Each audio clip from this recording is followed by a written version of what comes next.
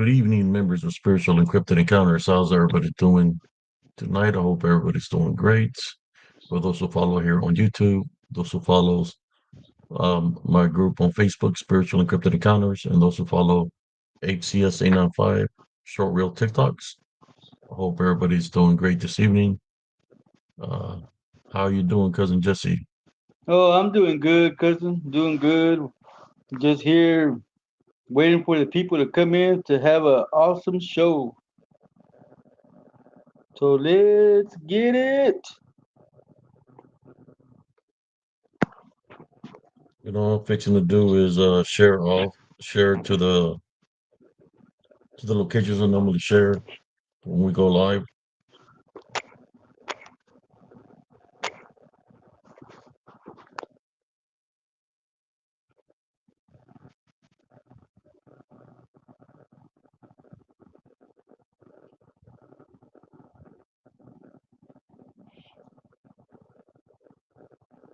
Welcome, Astimato. How you doing? Welcome to the show.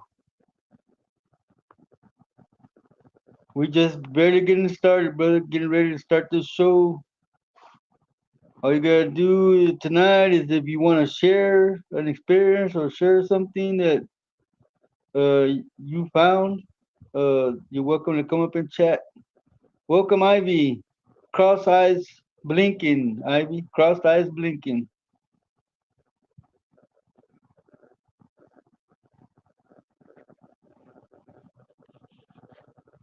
Hola. ¿Cómo estás, prima Ivy? Bienvenida y pásenlo a lo barrido.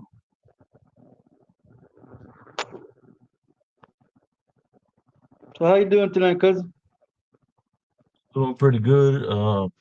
I went to Welcome, do Ed. my INR, my monthly INR. I have to do it at the end of each month. I heard you don't like needles. I have to get stuck every end of the month in the arm. So before I want to go do that, I did my workout. So like that by tomorrow afternoon, it'll be healed and I'll be able to do my workout again. Cool. Cool. But you have to go once a month to go get an injection for what? It's not an injection. They have to check my blood. Oh, they They draw check my blood. blood They do for all labs. the medicines I take. Labs like Ain't that funny, man? How they give you the warfarin. They got to check a drug test to make sure that they give you a drug test to make sure you're taking the drugs they're giving you. well, certain drugs, medicines.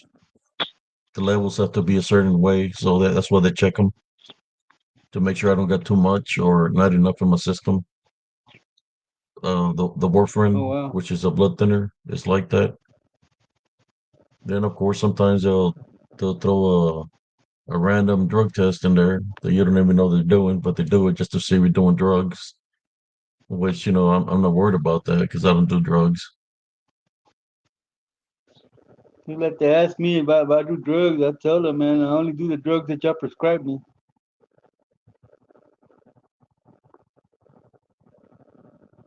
So okay, we got some people here. I hope everybody enjoyed Cool. yesterday's we had a double matinee last night. We had Brother HCS from 8 to 10, and then we had the whole the whole gang from 11 till like From 4 in the ele- morning. Welcome, Walks with Bear. Welcome to the show. Yeah, I watched the ending just to see what time y'all got out, man. It was like four something in the morning. How you doing? Walks with Bear. I know sometimes the topics that we talk about, you know, I know people experience things and seen Welcome, things. Cynthia. I used to see things all the time when I was in the military. How you doing? That was Angel. That's out of the ordinary. You know, like old boy was talking about gray aliens and UFOs. I've seen what seemed to be a UFO, but it was Welcome, doing a Angel. figure eight, and it was straight up into the air. To me, that's something dealing spiritually. The number eight is like infinity or something like that. Really, that's what it stands for. Nobody Yeah, it is an infinity loop, was that? an infinity Yeah. loop. So for it to be doing that, what is it really telling me? And it was changing different colors, and I wasn't the only one that seen it. It was my whole crew because we're a four-man crew in a tank. So I seen this in happening in Fort Orange, California, where we witnessed this, and it was kind of low to the ground. It wasn't that far up from almost touching the ground, but it was just moving real fast, like, and then, but that's all part of the illusion of trying to get you to believe of what you're seeing might be something real. Welcome, And you overbuilt. say, "Whoa, that's a UFO," and if it's not, then that's a spiritual opening. That's why you have to be careful what you're giving power to, the power of belief. Does that make sense, Primo? Yeah, that makes sense. I mean, I seen what I thought was a UFO when I was like 10 years old, man, here in Fort Worth. It was up in the middle of the sky. It was like a diamond, and it was changing colors: red, blue, green, purple, violet, and it was there for like hours, man, just in the middle of the sky, man. Then it just flew up in the air, disappeared. Sister Never's Angel says, yes, the Ouija board dies that, no, does that a lot. It It does makes it a lot. figure The eights figure eight. when and use it. Through spiritual law, they have to identify themselves, no matter if they're in a manifestation. So if they're doing that, they're letting you know what they're about, who they are, which is no bueno.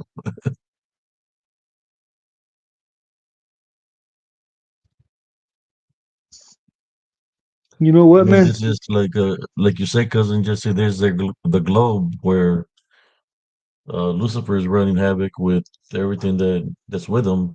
So they can play those mind games the way they do with individuals Welcome, Ridge Runner. here on Earth. Yeah, I hear you, man. But you know what, man? If I remember correctly, Primo, after we saw that UFO that it left, my little brother Gilbert was inside the steering wheel playing and sitting in the steering wheel. Because if you remember back in those days, the steering wheels were big on the vehicles. And he put that thing in reverse, and my dad had to chase the car down.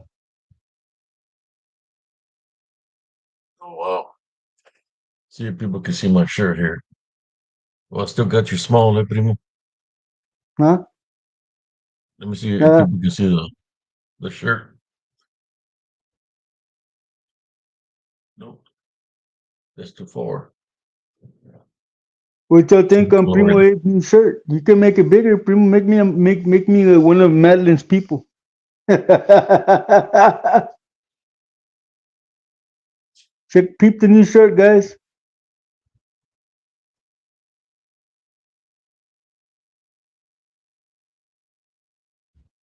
Kick ass shirt, man. I like it. And you have only one sword. You're not walking around with two like that other baboso. The Pink Ranger. Yeah, Let me get you back to your regular size, cousin. There we I go. don't want Madeline to come in and say, "Oh, it's my people." Los duendes. Yeah. So what we got here.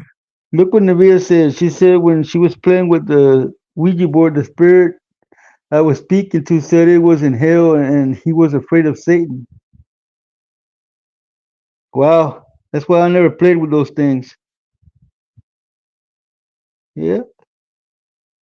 I think I backed up too far away. We got Sister Ivy Ramirez, Estimato. Walk with Bear likes your shirt. Exuberance likes the shirt. Thank you. I got some Sick. other shirts. Cynthia Some likes the are shirt. native shirts. Some have pictures of pretty bad of a dog man or something that's like a dog man, but it's like a DDN because it's made out of energy. Yeah, I'm gonna use those on the day that we talk about the DDN and the dog man and all that one day.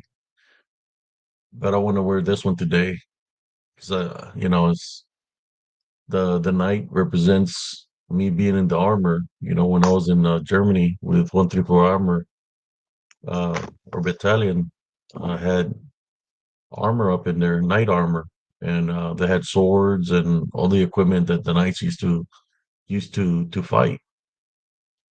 So we went to combat since we're armor. We when I came back to Germany, we got knighted with a sword. You know, Hey, Navia, you changed your picture profile again, didn't you? You don't mind if I use your government name, right?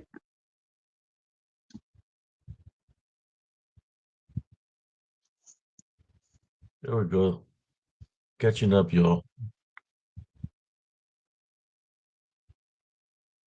So I bought the shirts. I got a bunch of them. Then I bought them for when I do the shows. To just for the shows. And of course, sometimes I like working out in them because I feel pretty good. But I like doing the shows with them. That's why I bought them. And of course, I got my other military ones that I like wearing also. But this ones I like them. They feel pretty good. Uh,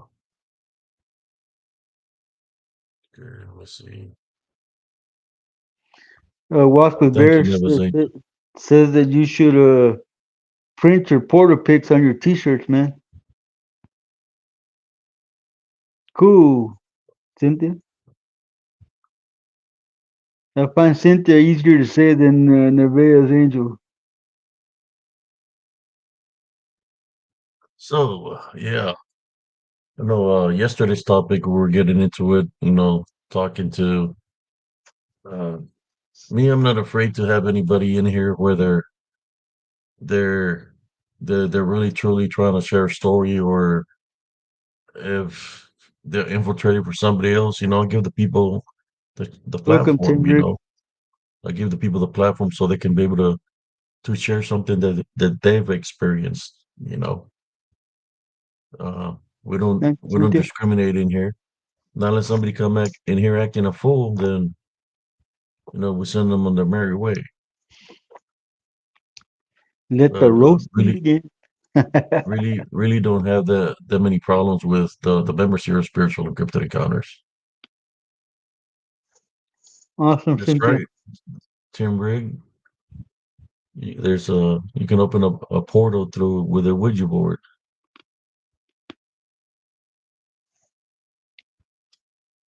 When people say, "Oh, the portal is closed because it did this and it went out to the exit and all that," Good it, lies. the portal is a portal. That's all I can tell you.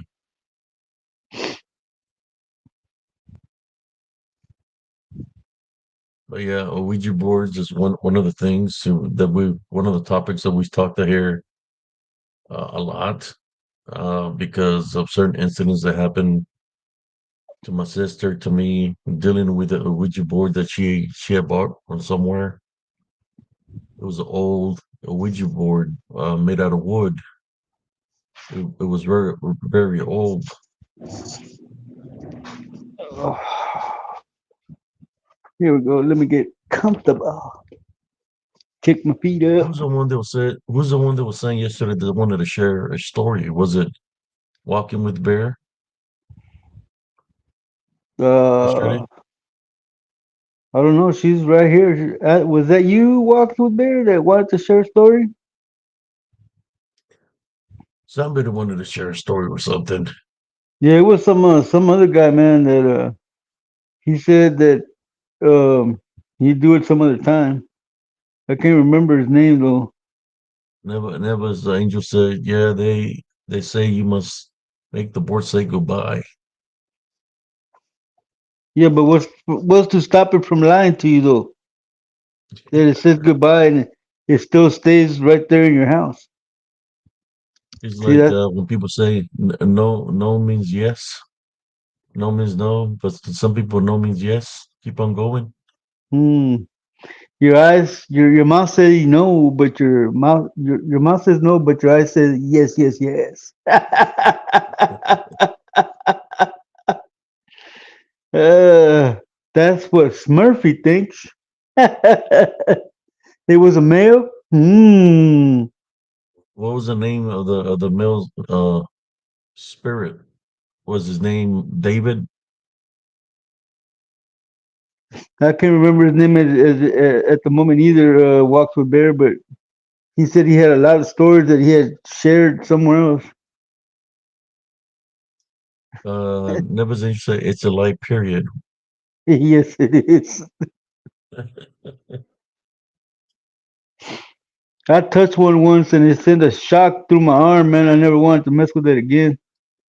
Because my ex had like two or three Ouija boards, full size, cousin.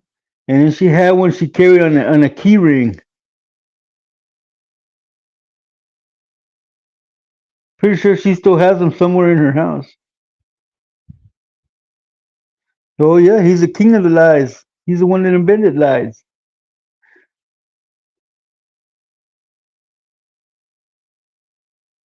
Welcome, Mike Klein. Really? Just a few times? Well, I bet you have stories to tell about that.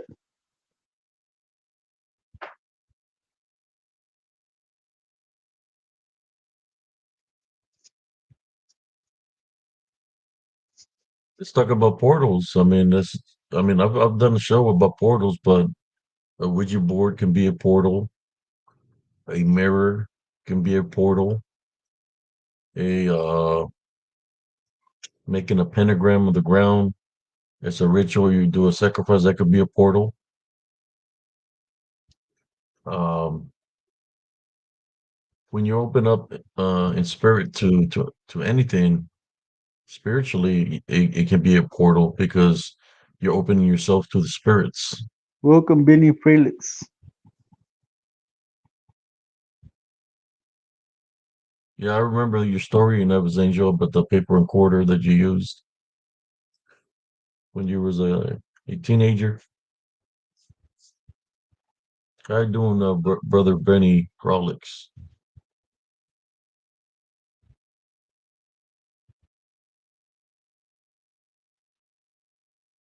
What other things can be portals? Anybody. Well, TV screens, phone screens, mirrors, all of those can be portals, cousin. Computers, Yeah, it's a screen. screen, Any screen. It's the TV screens and computer screens are worse than mirrors, man, because they're black. anything that has a reflection could be a portal. How about water? Water can be a, a Because it's portal as got a well. reflection. And it could also reflect energy because when the lightning strikes it, it energizes the portal. Some Sister Never's Angels, they say meditation as well.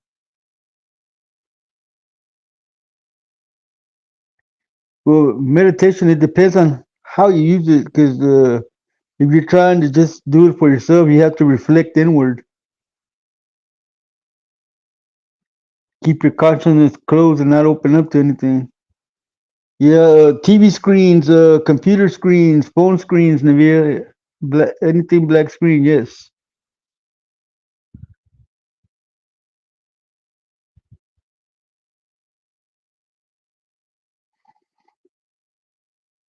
How about a mirage from I the don't heat, know the about a energy from the mirage heat that causes a because mirage, which is like you're seeing things that are not there. yeah, I know what a mirage is, cousin, but that wouldn't that be playing? tricks on your eyes. Yeah, that's what I'm Like saying. But it's the vapor, right, that's coming from the ground that's going up that can cause well, like a reflection, well, it could be an actual portal there. You never know. a mirage. Hmm. Could be a Let's it see could be here. How a about time skip. ice? How about ice? Ice, ice. If you polish it enough, it might reflect. Yoga, yeah, especially when they do that one particular pose.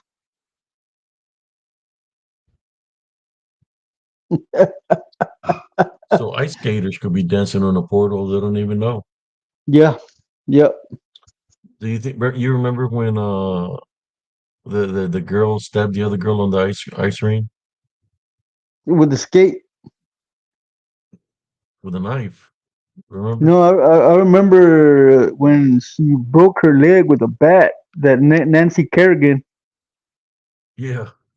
she broke her, Yeah, the other got her, female. got her in the kneecaps.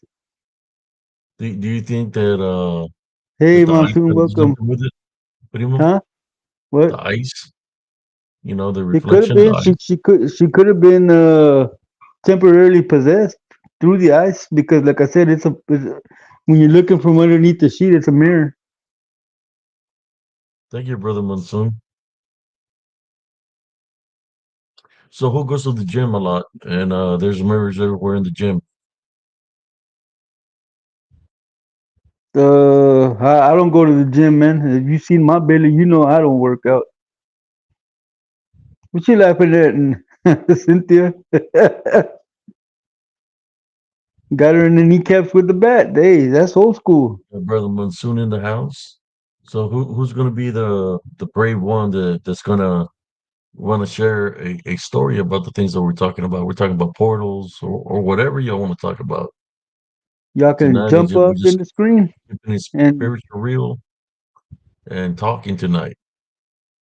Walking with Bear. I know somebody was here yesterday that they wanted to say something, but they somebody chose not wanna to. Like, somebody wanna come up with the big dogs. What do you mean exuberance?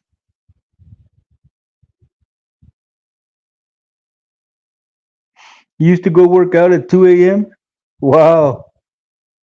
yeah, that's around the time I used to go walking from 1 to like 4 in the morning. Shit, that's about the time I turn over. Exhibit says mirrors everywhere at the gym. So you're trying to figure out what's really making you tired. Is it the workout that's making you tired, or is it the mirrors that is draining your Your energy? energy.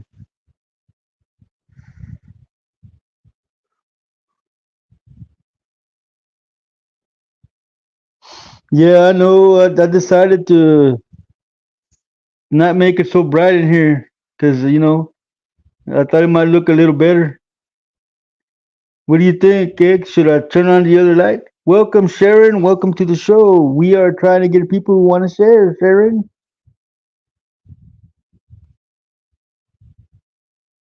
so what do you think, Gig? Should I turn on the light on top or just keep it the way I have it, man? It's fine like that. But looks good. I feel really comfortable right now, man. I haven't felt comfortable all day. Explain what. I think it's somebody say about the mirrors. Why mirrors? Oh, I think it was Monsoon said keep explaining the mirrors at the gym.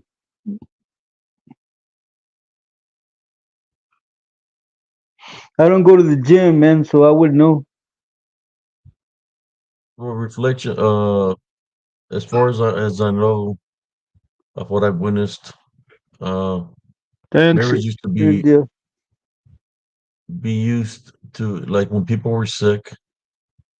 Something that I witnessed when people were sick and they were having problems with their pregnancy or there was something wrong with them. They would place them in a room where there was nothing but mirrors. So when they would be in the room with mirrors, they would go to praying or do something, some kind of ritual of some sort, and I guess it was a form of curanderas or something in that way, or possibly something different, in which if the person had a demonic attachment on them, they will cast the demon into the mirror. So the demon will leave the person, and the only way it could go is into the reflection, which into the mirror. Welcome, Coin go fishing.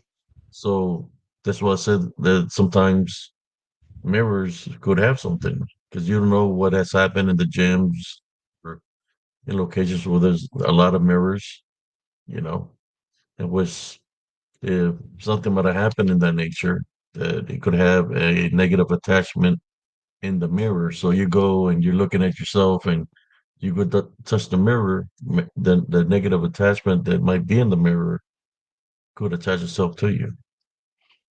You, you know, cousin, I never knew that you could do that with a mirror. It's kind of like that Superman Phantom Zone, ain't it?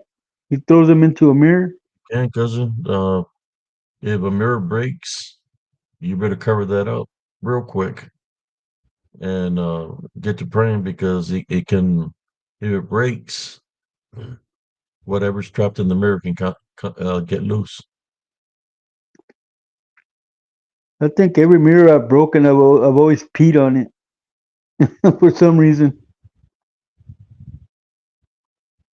So we start about the radio turning on and something stepping on me at night. That was about it. I saw a shadow man in my friend's apartment. Yes, there are huge Something, portals. something stepping on you at night. Cynthia, they're trying to make you lay an egg. Hi, Liz Delgado, welcome. No te apures, Cintia, si te pisa, mañana pones. I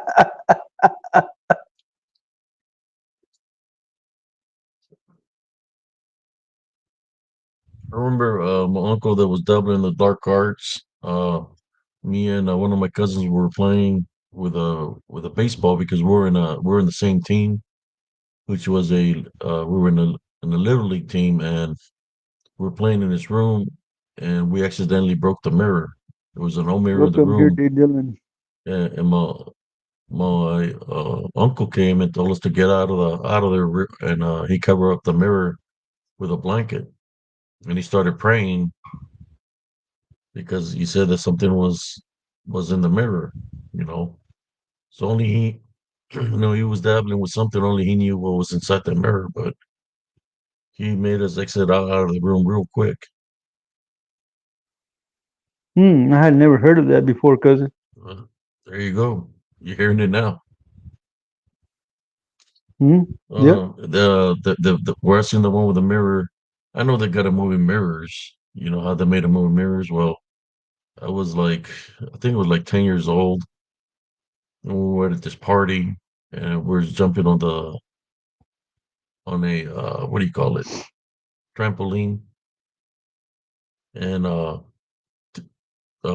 see my mother going into this room, the side of the house, and with all the females went in there, probably like eight or it was like eight of them, and one of them was sick or something was wrong with one of them. They're going there and they're there for a while. And then my mother comes out and she comes to me and she's told me, "Don't do not go into that house. Don't go in there." Said, "Stay out of there." That's what she said. I was one of those kids that was always curious. So I seen all the women go inside the main house, but the room was outside the house. It was a room there that they had made. Walked in there. When I walked in there, there was a chair just in the middle of the room, and I noticed that there was nothing but mirrors everywhere on the walls, on the ceiling, just mirrors everywhere. So I'm looking, and I sit down on the chairs, and I'm sitting down in the chair. Uh, I start hearing things, like like voices, disembodied voices, and I'm looking around. As I'm looking around, I see the first, I guess, unclean spirit or shadow spirit, or possibly a Didian that goes up to the mirror and it goes like this. It's like druid like, but it's just in dark spirit. And as it goes like that, then I start hearing other disembodied voices. So I'll start seeing a bunch of them manifest. I would say there had to at least be over 30 uh, unclean spirits inside that mirror. They were everywhere around me. So I got up, I never went to the mirror, and I got out of that room. But when I got out of the room, I wasn't feeling well. At the same time, when I opened the door, Glad you my, made it my home, big brother brother. my brother broke his arm on the trampoline. That when I Oh opened wow. that door to come out, he broke his arm on the trampoline.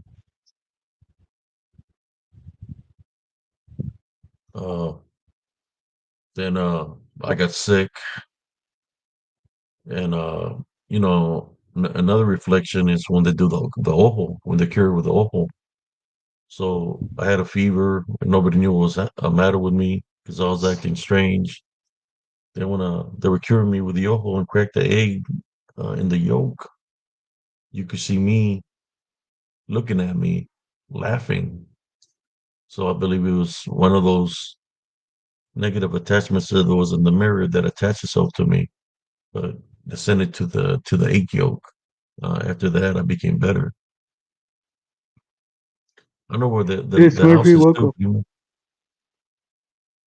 Huh? I know where the house is, where the Hello? location is to Raymondville.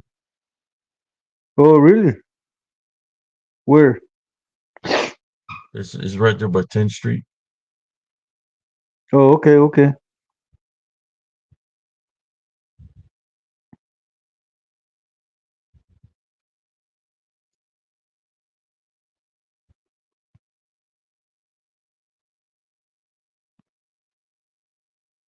So yes, there is mirrors are very dangerous, brothers and sisters.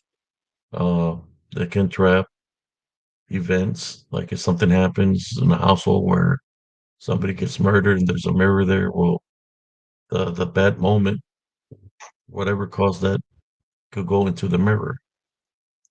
When you do a cleansing in the house, make sure you place a cross in the mirrors also, just in case, so the unclean spirit won't be able to go into the mirror because they can use that as a portal.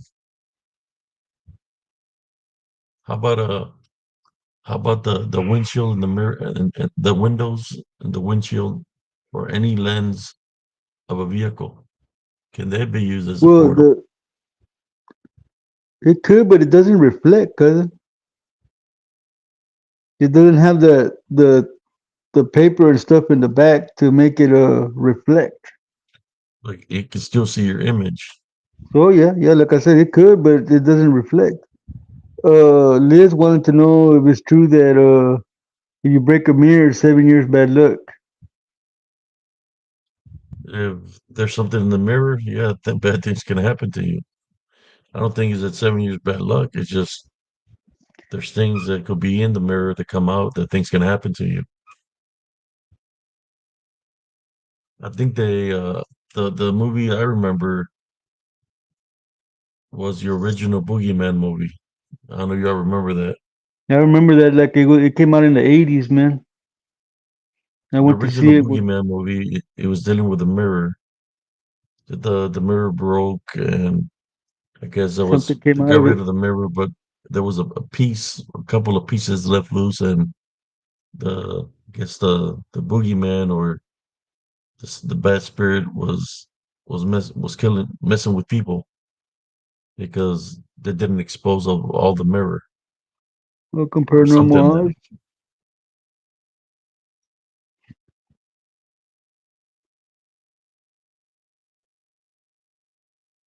anything with a reflection can be a portal. Even sunglasses, those certain sunglasses shades that they can have a reflection. Even those can be portals. Anything you can think of that has a reflection. A wristwatch. Anything with a reflection.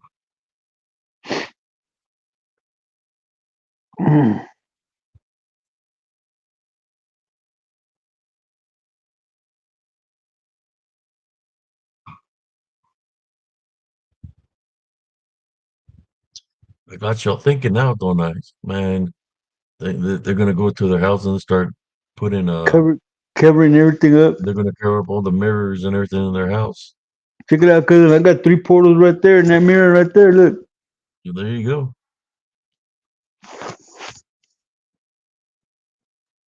It's three mirrors. What does the three stand for, primo?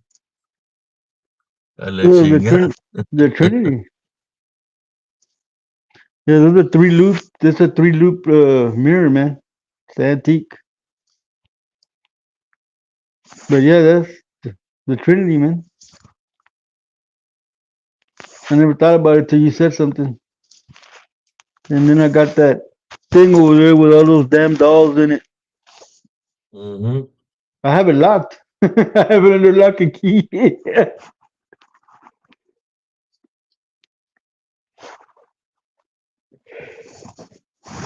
What do you think the trolls get demonized? I was on the messing with the computers, trolling people with fake accounts, and they're being demonized. I don't even know it. Oh man, I'm feeling that. Satellites. I'm feeling that toe, cousin. It's hurting me. Damn missing toe. Hi, Michelle Delaney. Welcome to the show. How you doing, Michelle Delaney? Yeah, darkness fall.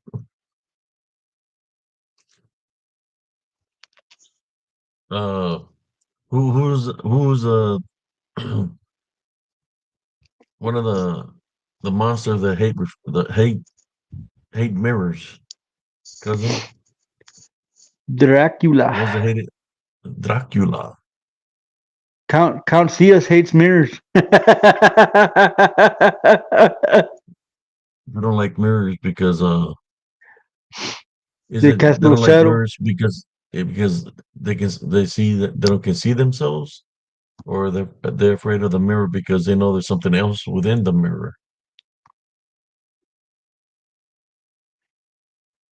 I think cousin Jesse had frozen up there for a little bit.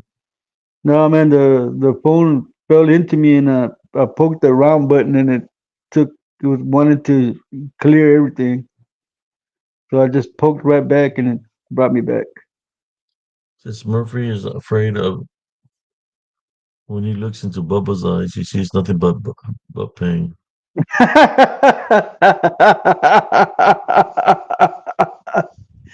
Hey, runner, he says, no, Leroy, I'm bilingual. There's a difference.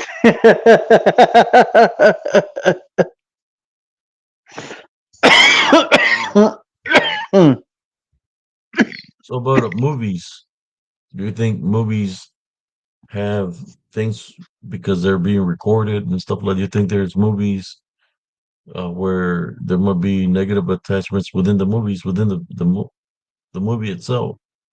Well, the way Hollywood is, man, now that is everything surfacing up. I'm pretty sure every movie has something in it, man, to make an attachment on you. Like my little sister, man, she could watch these horror movies and instead of being scared, she would just laugh. I said, "You got the mind of a serial killer."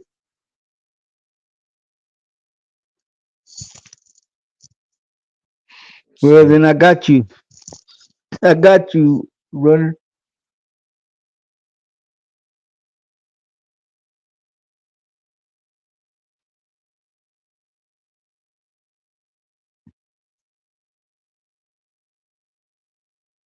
And you're right, walks with bear.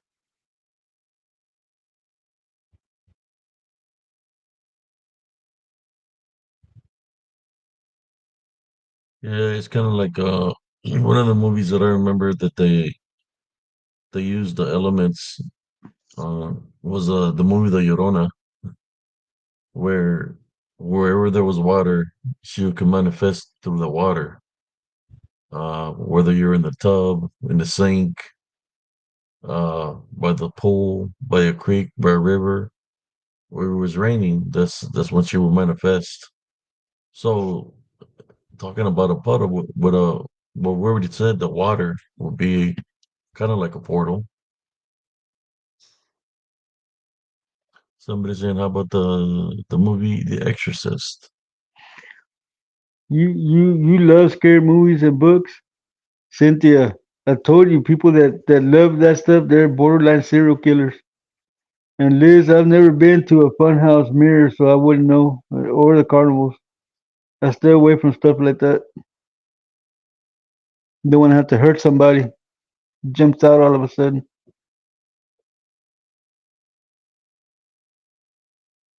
Imagine you shaving, shaving, looking at the mirror, and feels like somebody's looking at you every time you're shaving. Well, then you're shaving and it points at, hey, you missed a spot.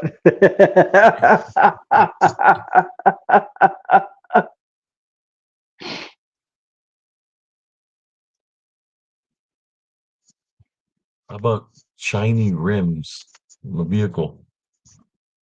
Well, that could be a portal. Just like shiny shoes could be a portal. If it reflects, it's a portal. Ain't You there know with a what reflection? How about somebody with a bald head? Could that be a portal?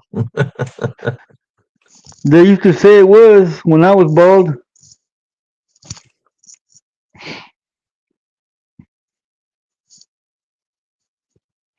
I'm glad you agree, Cynthia.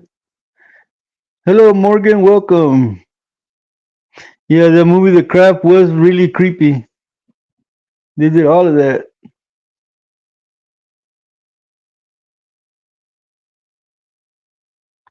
Why? Because you didn't want to miss a spot, X?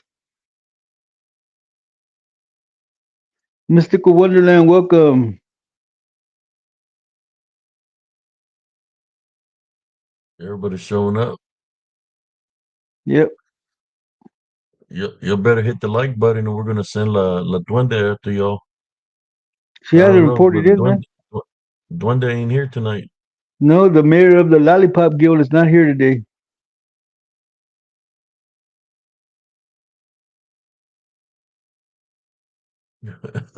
I used to keep my head really, really smooth, X.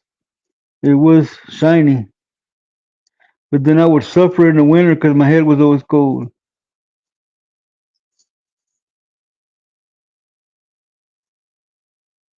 Sister Morgan is here. She said, "Hi, Jesse." Hmm.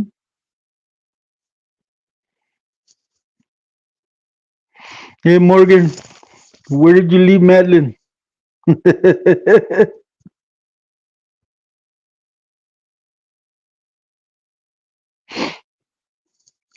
Yeah, that chick looked like she was a Wiccan, Cynthia.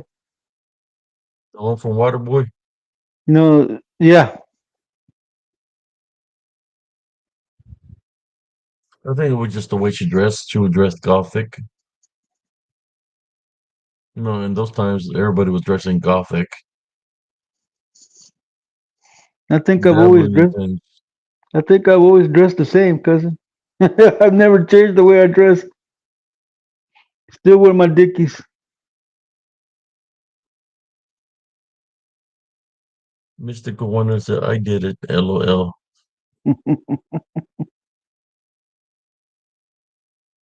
No, X, the mayor of the Lollipop Guild has not come in yet.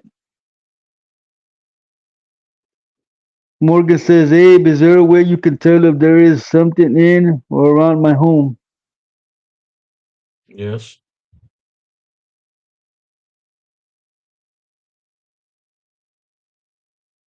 Uh, Normally, sometimes people contact me, and I tell them to through Messenger to show me their home, around their home, and I'm able to see it because it identifies itself to me.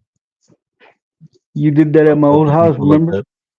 that. Yeah, I help the people that way. Get rid of the negative attachment out of the homes. Sometimes they get mad because they'll transfer through the phone. You know how cousin Jess is saying, as an open portal. There was one day that I was helping up a family from California. So the Harry showed me every room in the house, and I seen where the negative attachment was. So I told him I was just giving them instructions of what to do. to cleanse the home, which they did. Um, After we said it wasn't welcome there no more. They said thank you and all this, and we just finished the conversation. Well, guess what? The thing that was there manifested to where I was at, and it was pissed off. I seen what it was, the same thing that I had seen in their home, and I took authority over it in Jesus Christ's name, and I tied bound and rebuked it, and it left. But he was pissed because I helped him out. So yes, a phone can be a portal, a computer, a laptop, anything dealing. It can, especially if I've seen it where people can be talking and you can see activity in the person's house, and it jumps from one screen to the other screen, in which because he's using that as a portal to or as a loophole, right? To to go from one location to the other.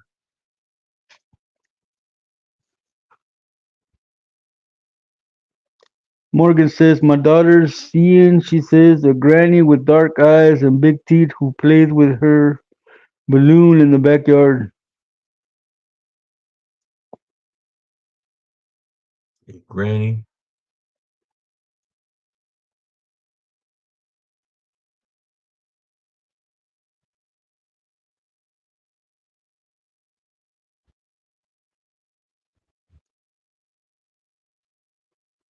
That's a lot of hours, Richard.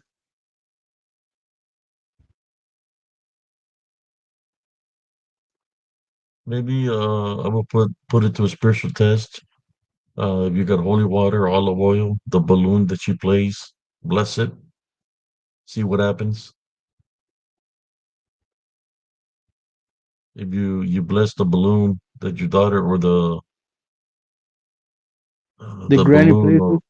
or ball that she plays with, bless it and see what happens. But yeah, you can get rid of that unclean spirit. You saying it's got dark eyes and big teeth. So she's showing seeing the true manifestation of it. Mm-hmm.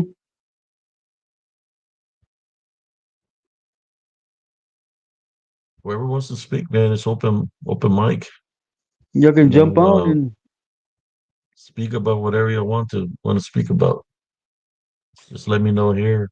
Matter of fact, I'll place the link here. jump on, Morgan. Let's talk about this, please. I don't mean to make it There sound you like go. I'm salt the ground. I put the That's a link waste of up there. that's a waste of salt, Cintia. Desgastando You la can you, sal, hombre. yeah, you can put salt around the house to protect or whatever, but if it's in her yard, she needs to bless her yard and pray for whatever's there to leave because it's her property. So she needs to tell it to leave her property because if her daughter's playing with it, then she's thinking it's her friend. So it's infiltrating, trying to get close to the daughter.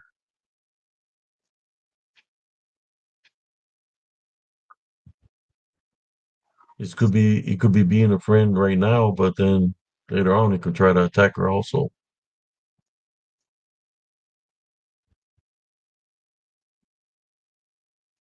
What cracked you up, exuberance?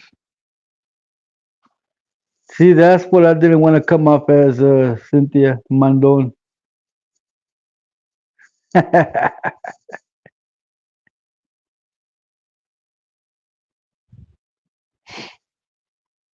But if it's already around her, if it's a negative attachment, it might be on your daughter already, and it's got free. It's not just outside the home; it could be inside the home because Yeah, she probably let if it she in. thinks it's her friend, then she's basically got a free entry to go into your house because you're if it's an imaginary friend, right? And she said, "Okay, let's go play inside with with the dolls." It's getting a free entry into the house through your daughter.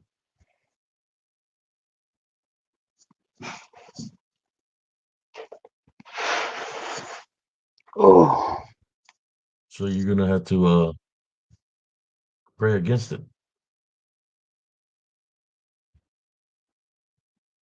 okay, Morgan, we understand.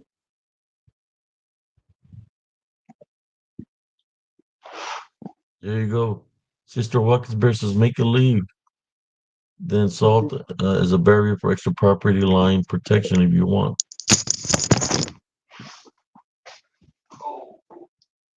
Yeah, if it's making trying to it's playing with your daughter, then it's you have to really take it seriously because it could be trying to get close to your daughter. You need to take authority over it and tell it to leave your home and to leave your daughter alone.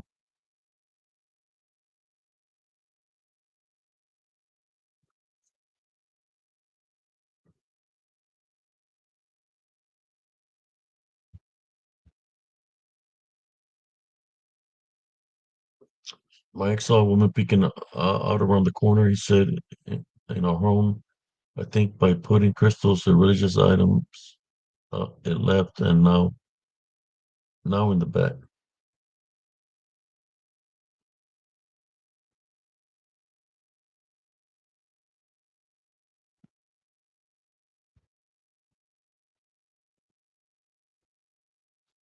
You might have to do a cleansing on your daughter. If there's anything around her, you have to take authority over it. Maybe light up some Palo Santo or sage around her, so you could be able to see what's around her in spirit. But you have to take authority over it and tell it to leave your daughter alone for it to go.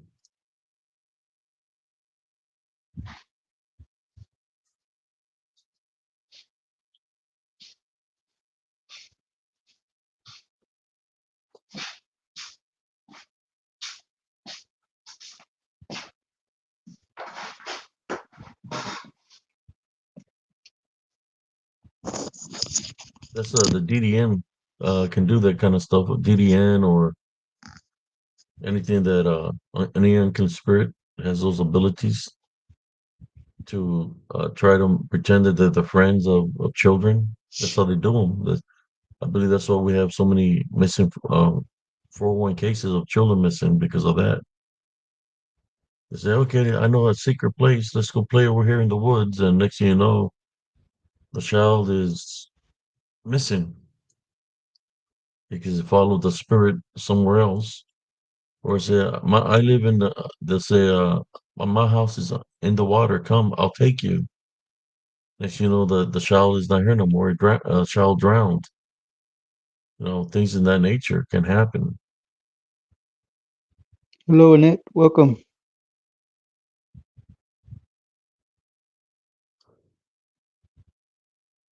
She said, I've seen a dark shadow walk in front of the light out there. Yeah, that's probably what it is that your daughter is seeing. That it's manifesting to look like something, but it's really those dark shadow spirits that's trying to gain her trust. You know, playing with her. You know that she says that they're her friends. We see that a lot, not just with children, but with adults. How many people do you know that to say that the Bigfoot community or the Bigfoots or their families is their family because they consider themselves part of their members of their family. It's just that they don't know that the Bigfoot is not a family. The Bigfoots are demonic in nature. So you could say a horde of demons.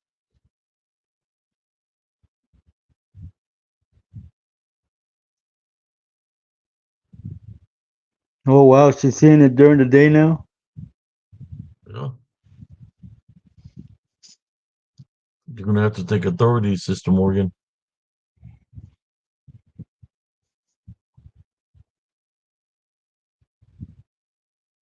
I can help.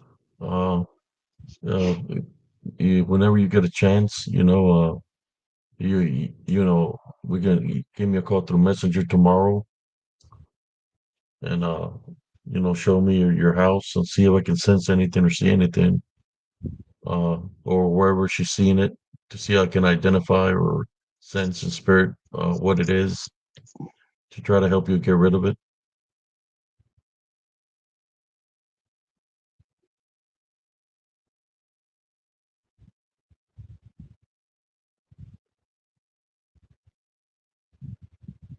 What is the name that she gave you?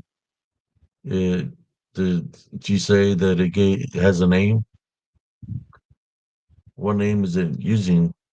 Does it say a name to her?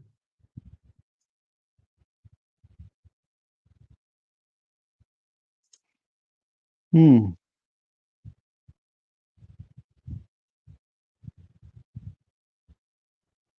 Something in the property.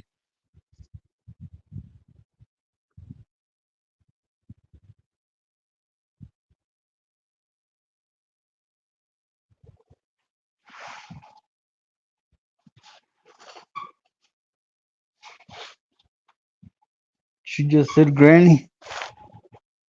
So she's seeing like an old lady, possibly a bruja. That's what it sounds like to me.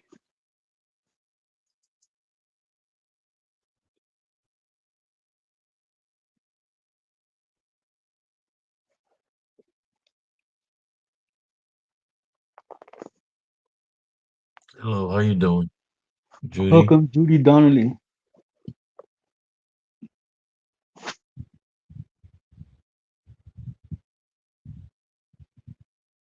Kids are kids, innocent. She will talk to it when mommy isn't paying attention. Cooking and going to bathroom, etc. Little moments build up. Yes, Yes. that's what they try to do. Gain their trust.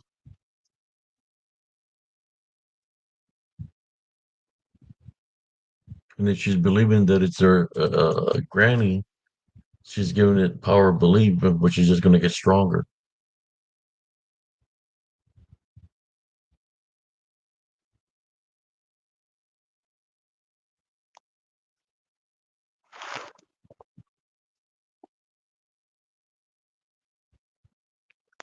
The hag, yeah, it's happening during the day.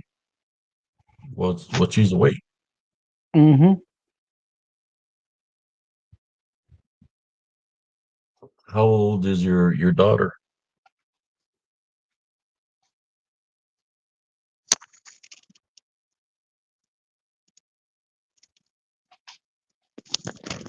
How you doing, Tyler?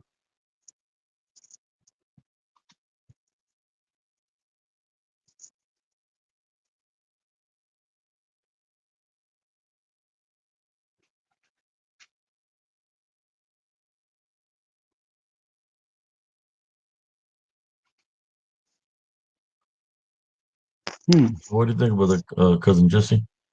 I think whatever it is trying to get that little girl's trust so that it could bond her.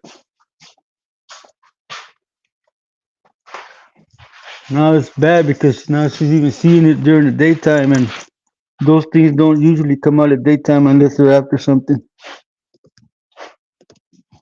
She said this has been my family home for 30 years. Little things have happened through the years, but after my mom passed, things have happened all the time.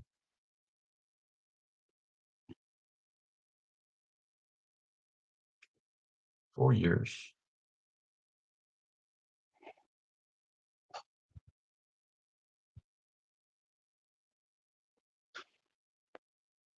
Sorry to hear about your passing of your mom. My condolences to you.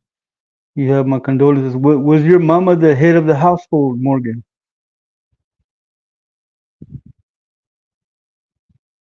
Where is this property at, Sister Morgan? Where was Sister Morgan from? I think she's in San Antonio. San Antonio. I think she was from I don't know if she was from LA or Chicago, but I think she's in San Antonio if I'm correct, but I might not be. I have a very forgivable memory.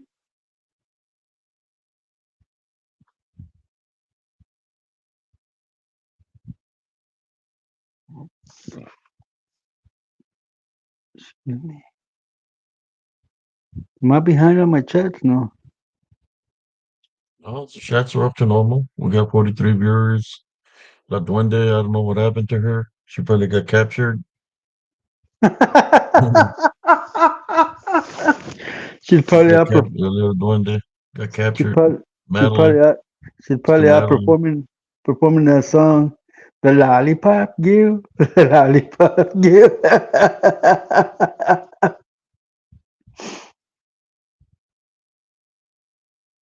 Dallas, Texas. Yeah, It's what it seems like to her. Whatever's there, it's trying to deceive your daughter. That is taking the form of your mother. of a granny. But if your dad's the head of the household, he's the one who's gonna have to take authority over it. Yes. The things that there's, the DDN can do that. A skinwalker shapeshifter. Uh, that they can uh manifest like that. Yeah, X. I It's saw the not video.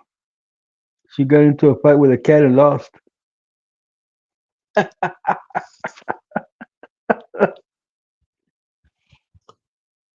who good in a fight with a cat and lost. La duende. That wouldn't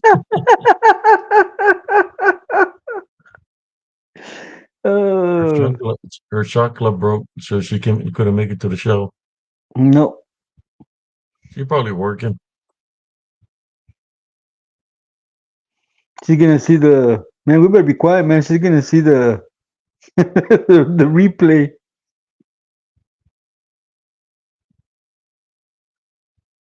She's probably making lollipops. She's The she's, lollipop kid. The she's probably lollipop. making little spears. little spears. Little huaraches.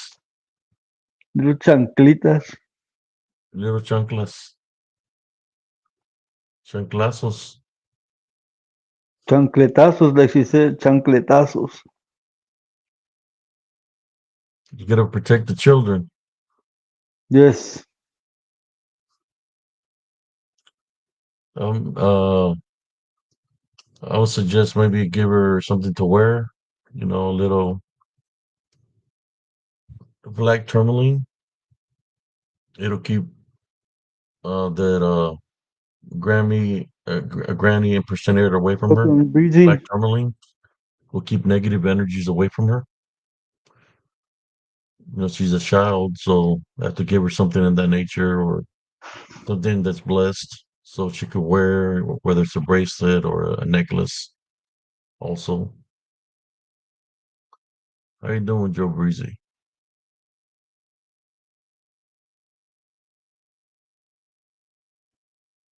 Oh wow.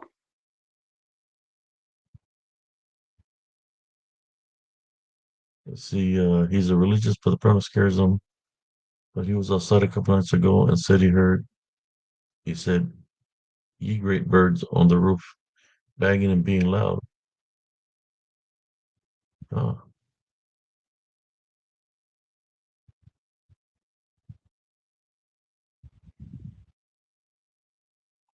If he's religious, he should know that he's gotta maintain his faith.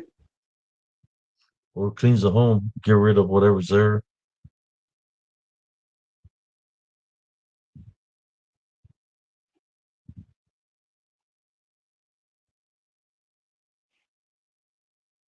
He said he wanted to be called breezy.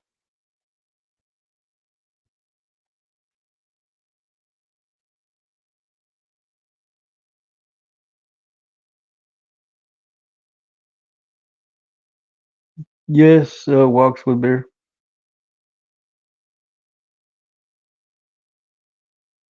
What's up, easy breezy?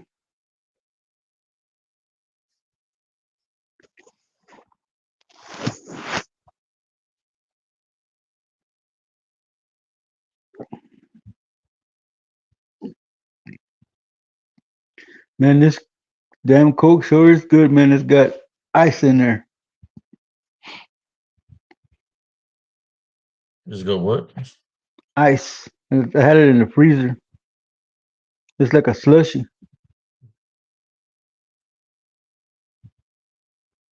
Yeah, I know the same. I say the same thing, Joe. When they call me Mr. Carbajal, I tell them Mr. Carbajal was my daddy.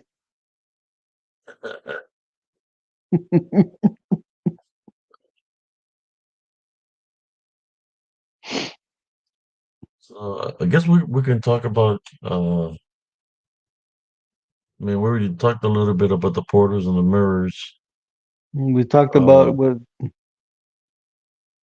she's talked about birds on the roof. This, they can mimic the sound of birds also. Y'all know that, right? welcome, Hank Mayhem, the truth. How you doing?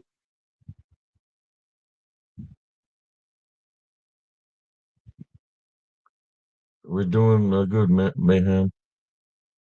What sounds great? Exuberance. I was craving one too. I went and got one. Cynthia, make sure that when you get her the Welcome. bracelet, Morgan, that you get it blessed.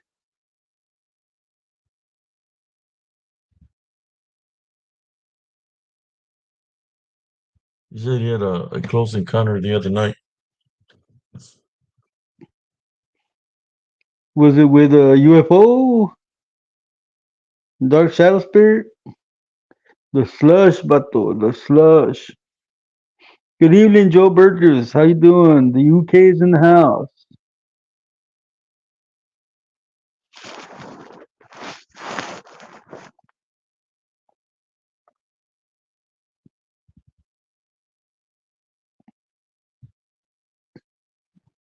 Maintain your faith, Morgan. Do not be scared.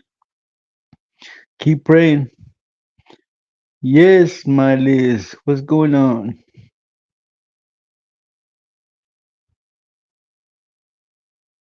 You're getting one tomorrow. Well, I'll have two more by tomorrow, Cynthia. You thought you saw a creature's feet and it was my mother with a hairy?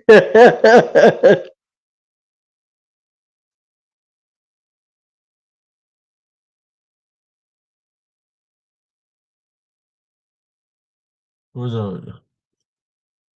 I thought it That's was. I that. saw Creature Street, and it was my mother-in-law. What the hell? Yeah.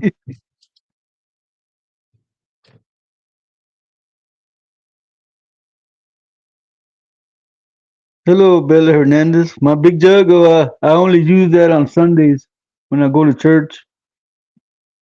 It lasts me all day. I fill it up in the morning. It lasts me all day. It's 100 ounces. Excuse me. Where, what, what is that? Where is your big jug? It's in the cupboard. I only use it on Sunday when I go to church. I just sit there and sip while everything's going on. Cause I have to keep my eyes closed. Cause the way some of these women go to church dressed, I'm just sitting there sinning, so I keep my eyes closed.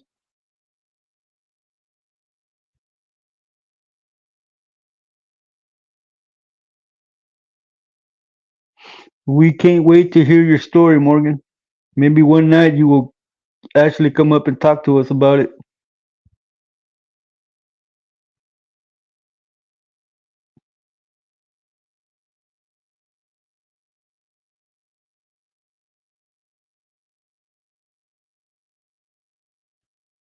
He was talking about his father's name. So Joe Breezy was your stage name? Were you a stripper, man? It was Breezy. I think plays a guitar. Oh,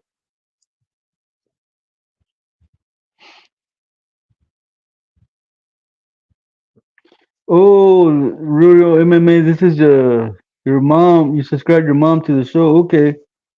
Bella Hernandez is Real MMA's mom, primo. Welcome How to the you doing, show. man? Miss Betty Hernandez. ¿Cómo estás?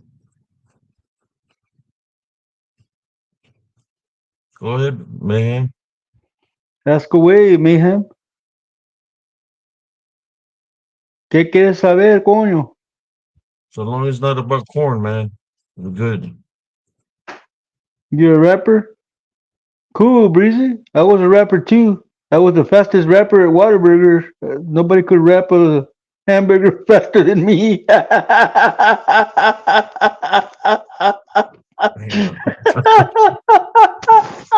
that's messed up, man.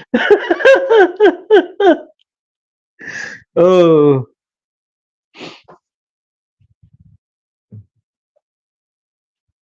The faster rapper of Whataburger.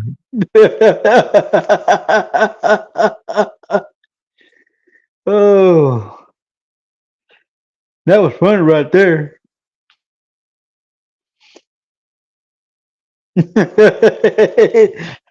Alex.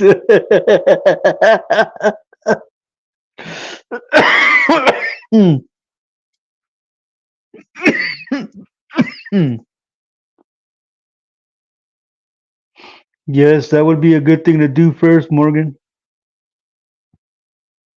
Close those openings. Forgive in earnest and true belief. Somebody says, okay, there are more paranormal activity in the month of October. Mm,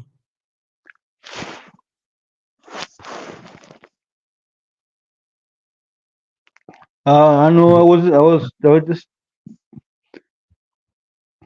just trying to be funny, man. Sorry, I'm not trying to offend you in any way, Breezy.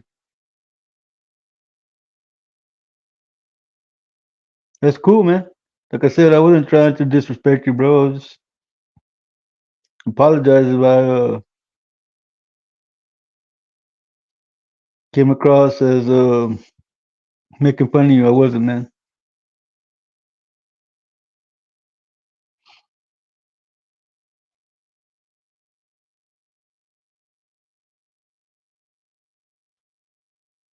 that's cool. Do rap.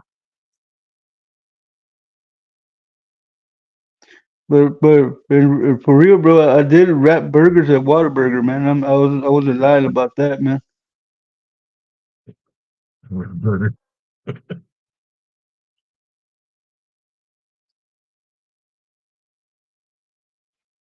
Yep. Also, Cynthia on the Halloween is Satan's birthday. Brother Brujas be doing rituals, no? Oh yeah. Blood sacrifices and everything. Mm-hmm.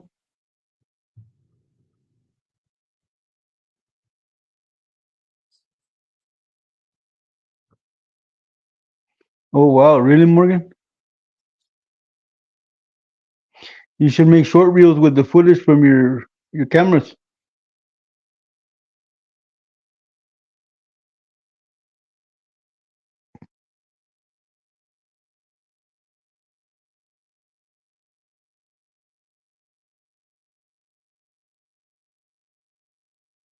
Well, I'm trying to grow me some long hair too, Breezy. Simone. Simone is there. Limon, limon. You know what I was remembering the other day, cousin? Kick it back out there with Theo Pete Chavez. Pete Chavez. Yeah, el dad de Chuy Chavez. Who? Chuy Chavez. Oh, yeah, yeah. We used to kick back with the old man out there in his backyard, man, and he'd buy us beer and we'd just sit there and get drunk on the weekends. And then he said, okay, about noon, he'd be like, okay, everybody pitch in and we'd go buy some meat and he'd cook it.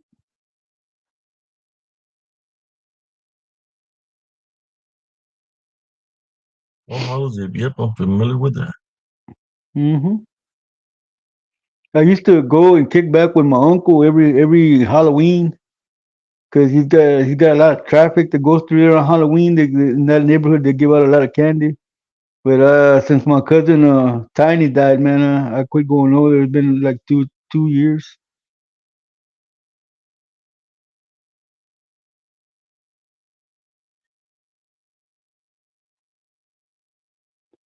That's where you and I differ, Cynthia. Okay, long hair is sexy, but you know what I think is sexy? Scars. Scars are sexy to me. I like a woman with scars. Means she's been through battle.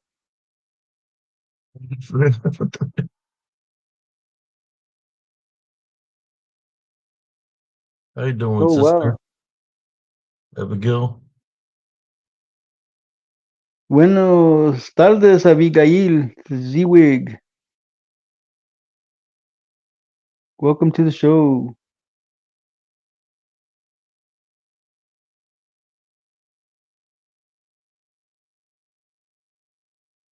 With pointy ears. Oh wow, I would like to see that one, Morgan.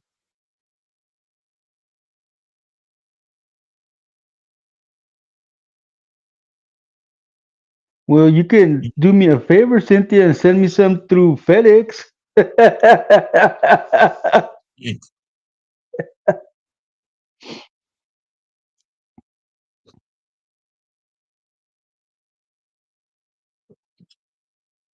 Uh, I just had some Girl Scout cookies a little while ago. there was around the time frame that I had that encounter around the October time frame. November, October. I think it was October time Oh frame when I wow. had that encounter in Elms Grove.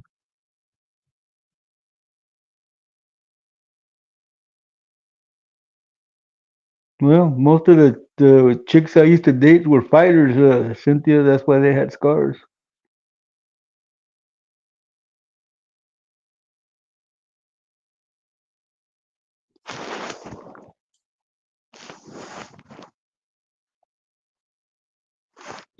Me personally, I got stab wounds. I got bad indentations all over my head.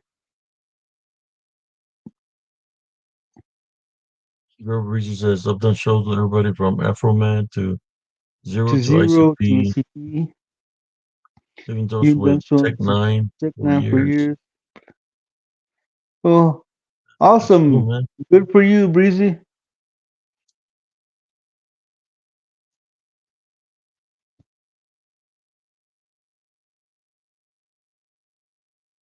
Okay, Morgan, you can do Okay. that. Uh, it's all Cynthia's fault. Now I'm done with my Coke. I was trying to make it look good so she could get one, but ya me la acabé.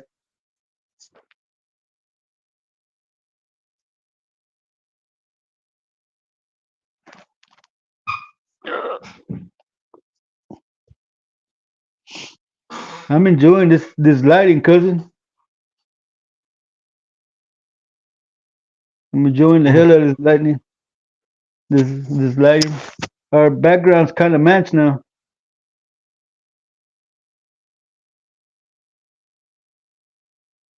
Don't be trying to make yourself brighter, man.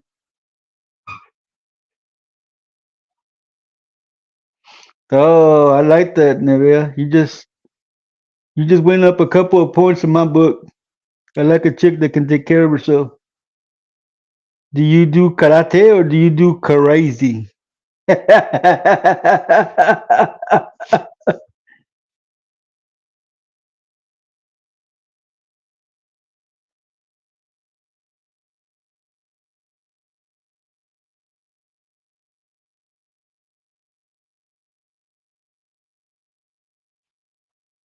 Oh wow, really? What kind of evil did you see, Breezy? It wasn't Diddy, was it?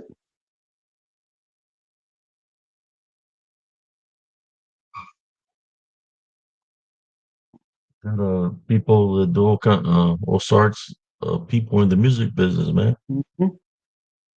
You know what's messed up, cousin? I'm sitting here in this chair, and every time I rub my foot back and forth.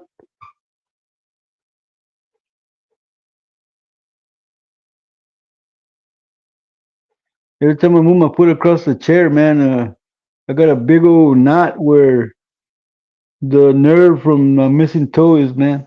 It pops.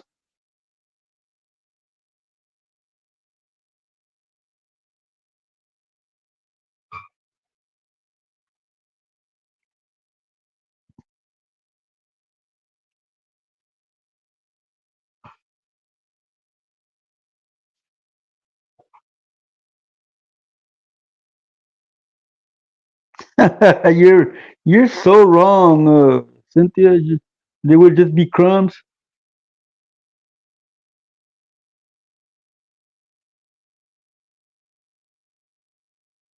If people can see it there. Woohoo!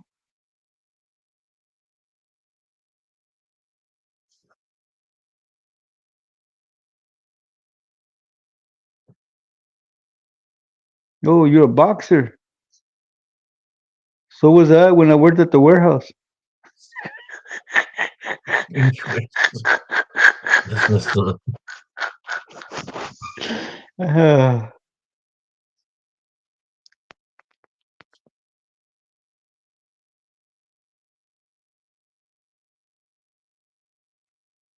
I will do that, Cynthia. I always freeze water bottles anyway.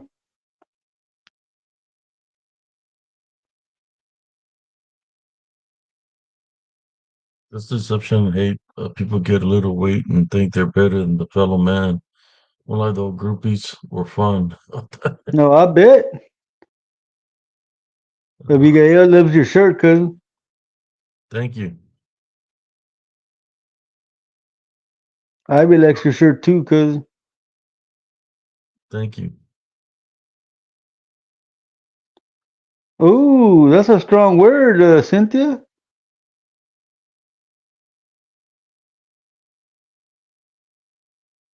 Who's on Facebook, Joel Burgess?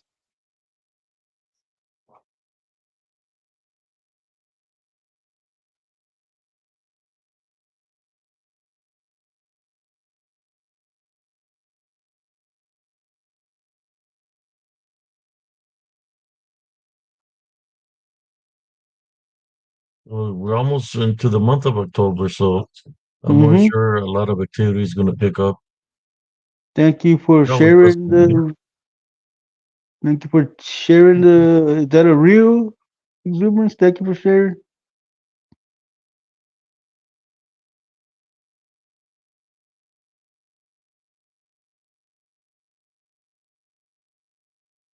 October was the month that everything happened. That I lost my mother. Was it? This is the first time I'm hearing that it was in October, cousin. Yeah, October I never knew 21st. till you're saying it. Oh, you were talking to me. Oh, okay. No, I'm cool. Yeah, I always told you, if I can dish it out, I can take it. Morgan just sent you a picture of her backyard in Messenger, cousin. It's on All her right, aunt's account.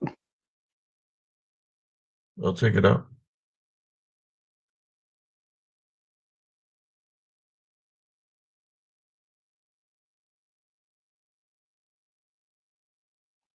Thank you, exuberance.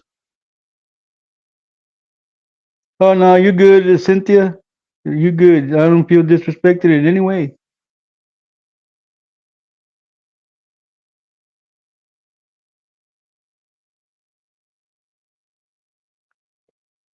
Yeah, here in October, cousin, that's when it starts to when winter sets in.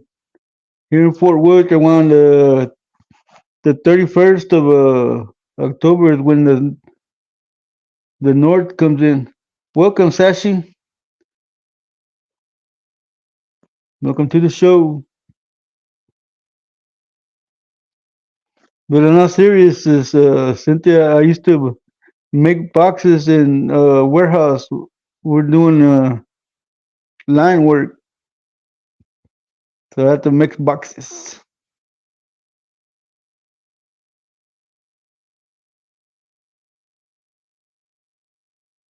I could do 600 kits in an hour.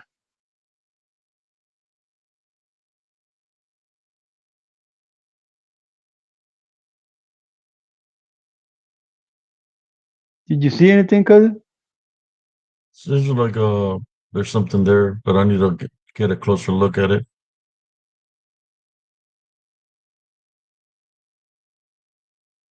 Yes, Sashi, the culprit. I had it on the tip of my tongue, but it wouldn't come out. Hate it when that happens.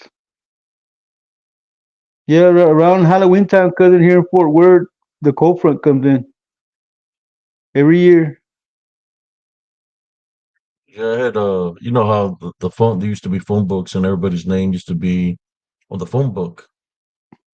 That you call the number and you get to the person you're looking for.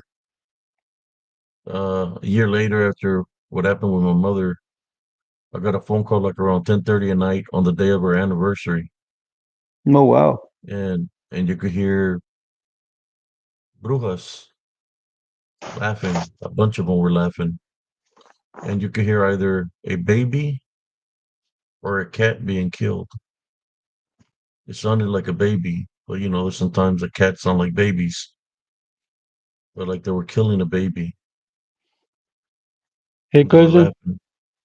Joe Burgers wants to know if you have a Facebook so he can talk to you about his experiences with shape shifting witchcraft with witchcraft thing. Yeah, under Ape Cias, you contact me through Messenger, man. I'm under right there, Ape Cias. Yeah, Cynthia, it's been in the morning temperatures have been in the low high 60s here in Fort Worth.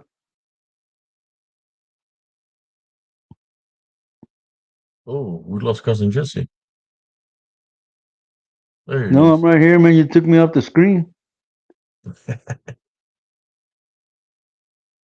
You'd like to share your experience to you all? Well, uh, there's a I think Exuberance put up the Facebook link. I can put the link here. He wants to join.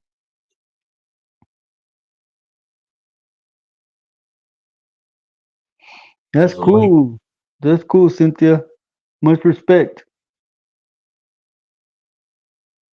My first job was at a chicken slaughterhouse. I was 13 years old. My daddy told me if you ain't going to school, you got to go work.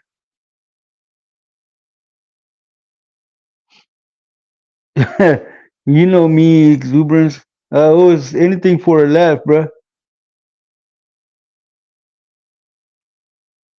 Abe said, I'm taking the spotlight. It threw me off the screen. I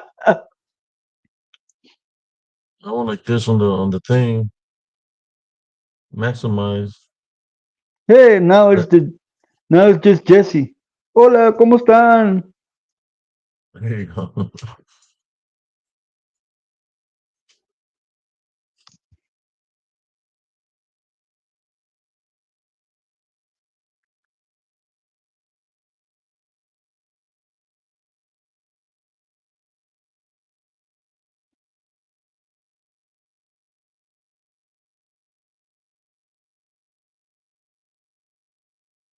Oh wow, that sounds like a great story, Joe Breezy.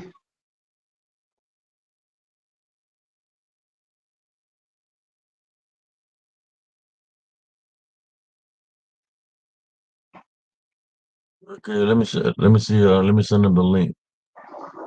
See if he wants to jump on.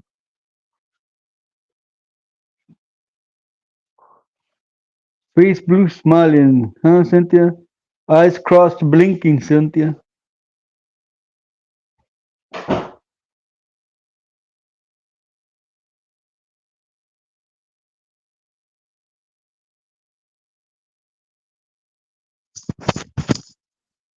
All right, I send it to him. See if he wants to join. An hour and 30 minutes, primo. Going strong. So, what do you want to talk about?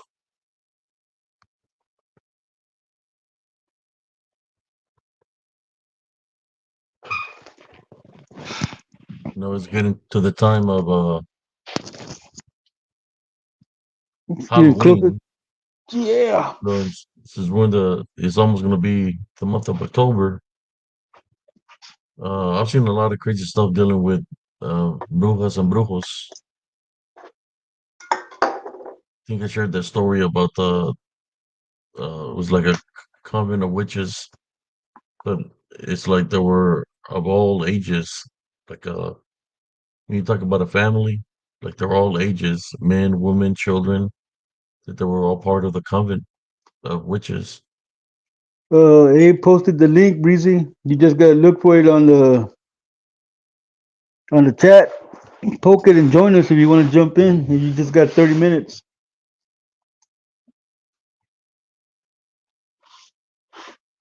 Can't find it in the chat, then just send them a request on Messenger. They shoot you a link. Yes, that cat did a number on her exuberance. I saw the video. That woman's gonna kill me.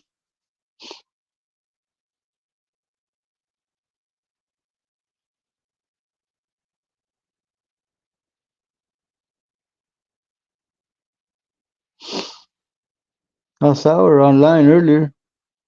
She must be busy.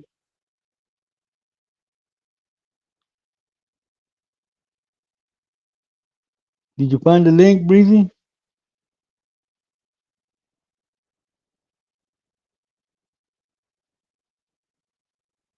She's in here somewhere, Cynthia. I saw her earlier.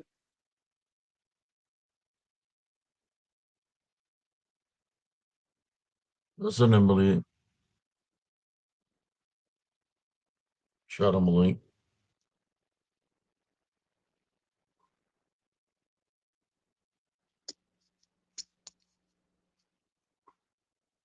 Chile Pekin is missing in action. She must have been watching the Cowboys game. There's a Cowboys game on today. Yeah, they Who, won. who they played? They beat the New York Giants. It was By the on time they Prime beat Video. somebody. Yeah, Thanks for having my back, exuberance.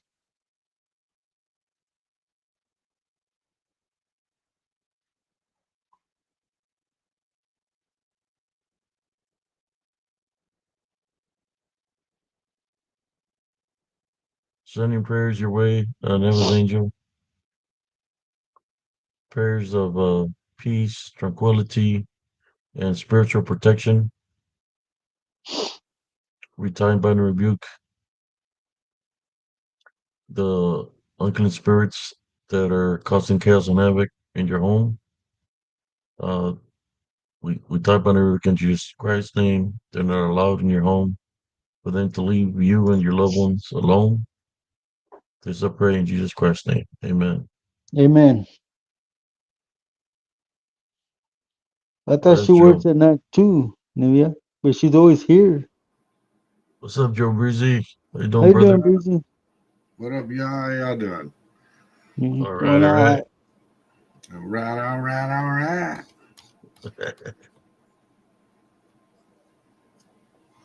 Just here chilling, man. I was trying to get some of the audience to talk about a topic. I mean, October.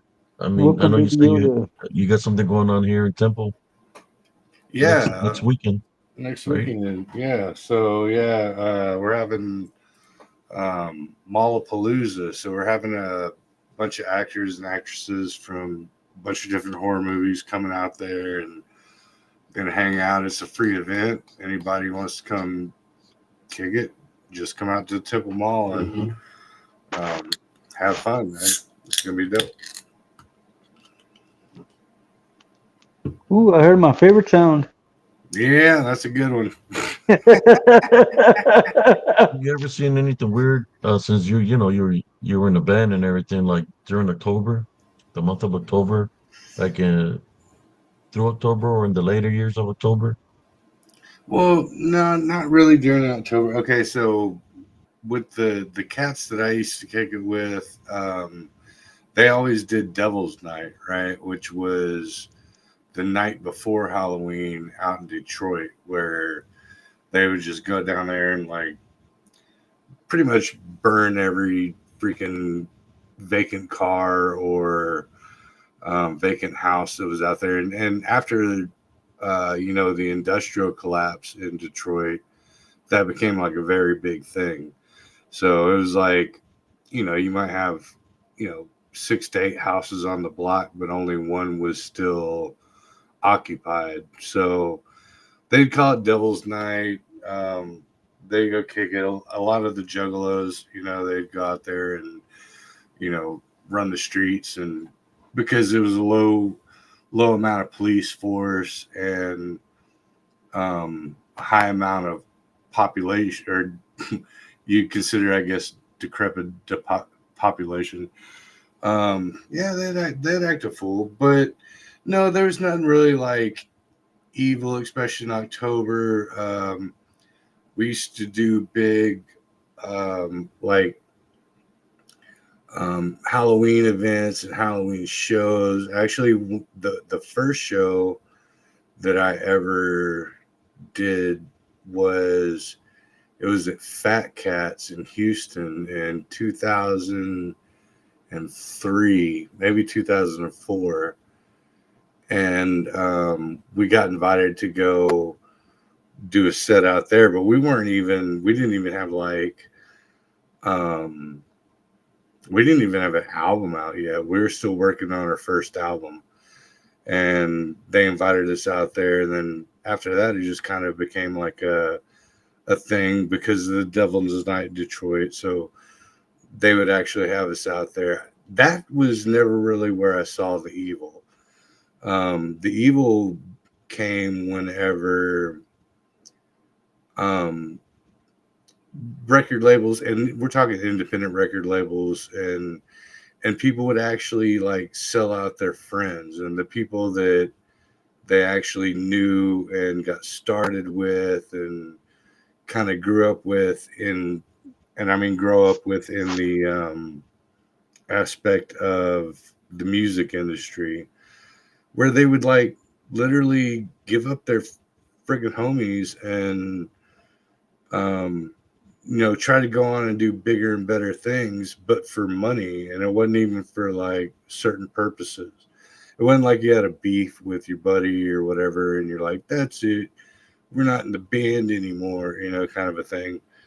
But it was oh no, I'm going to get famous. So I'll sell out all the people that were there for me. And, in my times of when I was low, when the times I didn't have anybody.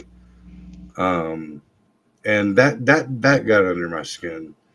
You know, if you got a group of your own people, and they're willing to trade you out for bits on the dollar, and you're not even talking like getting famous. You're not like Kardashian famous. You're not even like like not even Tech Nine famous type of a thing. And they're willing to sell each other out. It just became like really disgusting to me. And it happened to me. It literally happened to me. I got traded out for the cat that I used to do music with, and he thought he saw a bigger limelight, and like threw me under the bus. But it it just made me realize that what they're going for isn't camaraderie. It's not um, something that you hold true. Like, we're old school cats, right? So whenever you like got a homie or whatever, or do you consider family, you stick with it no matter what, unless they do something way out of line, that's your peeps, and they didn't do that. They just kind of threw a dude under the bus because they thought they were going to gain something, and they don't gain nothing at all. All they gain is treachery, you know. And I I I'm not even mad. I just feel sorry for it, like straight up. I'm gonna Wow, mute that's this so I can tap my cigarettes. wow, that sounds like a dog eat dog world over there, man. It Welcome, casual is. conversations with Jenny. It is, and what the sad part about it is, it's for scraps. You know what I mean? Like, if you're gonna throw your homie away over something, at least make it a steak and not not some spam. You know what I You mean? know, you're right, man. That's right. You know. And I'm not saying that you should because I don't believe in that. I believe in loyalty. I'm a very loyal cat. If you show me loyalty, I'll reciprocate all the way back. I don't believe in any kind of I don't know any kind of fallback like that. It's just not my gig. I'm not that dude. You know Much respect to you, man. Much respect to you, because I'm the same way, man. If I come with you, then I'm going with you. That's the way it is. exactly. Yeah, for real. There's not very many people like us left in this world, man, that are loyal to a fault, man. Yeah. No, and it proves itself every freaking day of my life. Like back in the gap when I was doing music, my crib right here, I'd have it filled. I'd have 30, 40 homies over, like every weekend, partying, barbecuing, doing the thing and chilling. And then it dwindled down to where I realized that, my circle has become a dot, and Wow. it's like me and my girl, and like Monica's a good homie of mine. The other homies of Rebel. mine on the YouTube. But once your friends and family have used you past the point where you're no longer needed to them, that's when you start seeing the change, and that's when you start seeing the fallout. And to me, like I said earlier, it's disgusting to me. I'm not that dude. I'll be. I got your back thick and thin. If we're boys, no matter what, I won't trade you out for nothing. You know, that's just a me thing. It's all about respect, Joe. It's all about respect. Yep, yep. But yeah, we're gonna have fun out in Temple. Man, it was funny too because I was talking to Monica, the Temple Mall, right? So I didn't even think about it till like night before last. But me and my cousin, because my cousin used to live in Temple, and that's how I know Temple. Um, until I got older, and you're cruising through Texas because that's what you do. Uh, I actually got jumped. Me and him got jumped at the Temple Mall. So I was like, wait a minute. I got jumped right behind that mall because the mall used to have, I don't know how it is nowadays, but there used to be a field behind the mall running up I-35, and there was a Ramada Inn, and we walked from his house and went to the mall to go hang out. And then we were walking back through the field, and these dudes were following us on bicycles, and they finally caught up to us at the Ramada, and yeah, proceeded to. There's like, I don't know, probably like 6 or 7 of them proceeded to jump us, and like, and my cousin's not one of those cats. He's not like he wasn't G code like I was. He was kind of a nerdy kid, and yeah. So I was like thinking about it, I'm like, no, I'm going back to the mall I got jumped at when I was like 13. Like, Yeah, that mall's is old, man. yeah, yeah, The Temple Mall. yeah, There's a lot of places around there. The But yeah, yeah. they had a little carnival there the other like a couple of months ago at the parking lot of the mall. No kidding. Okay. Most of those malls, man, they've closed a lot of old malls down throughout Texas, but like the ones here still open. Waco, Killeen, Temple, Hmm. they still got them open. It's like all these new technologies is is running a lot of things out of business. Yeah, A I lot can of see a that. lot of locations out of business.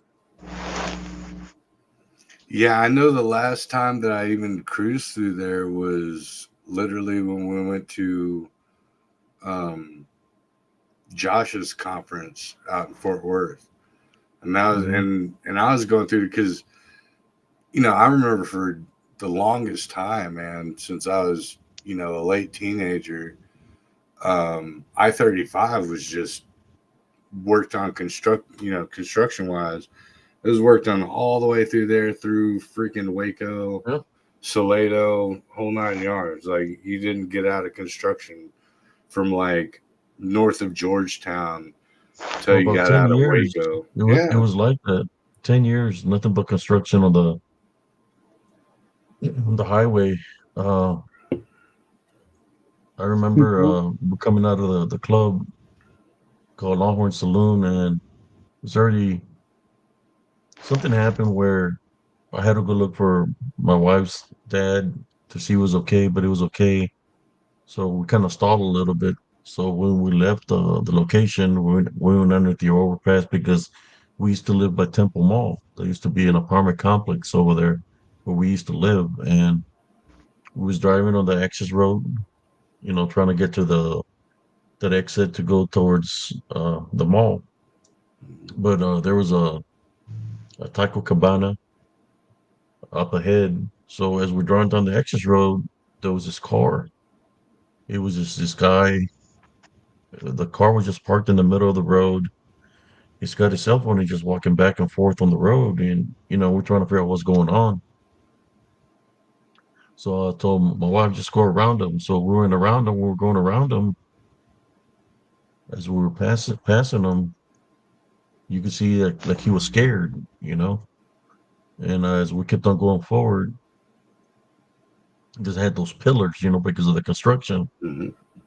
By the pillar was a dead little boy that had to Ah, be like five well, or 7 years old. yeah. Um, so we pulled up to the Taco Cabana, and we just there when we seen all the cops show up. I wanted to get off and see if I could help him, but I had been drinking, and I don't think that would be a good idea, especially I had been drinking. So I was Right. kind of pissed off at myself because sometimes the Heavenly Father places certain situations in the path for a reason, and I wasn't able to react to that situation of the little boy that was by the pillar. Yeah. I guess another vehicle had run into him. Um, but what's weird about this story is that this little boy, where he lived, it was like a distance away from that highway. Where he lived like almost 10, say like almost like 6, 7 blocks away. He had a babysitter, so he managed to open the door, get out. The weird thing about this is what would lead him to go to the highway? It's a thing. 5, 6, 7-year-old boy in the middle of the night.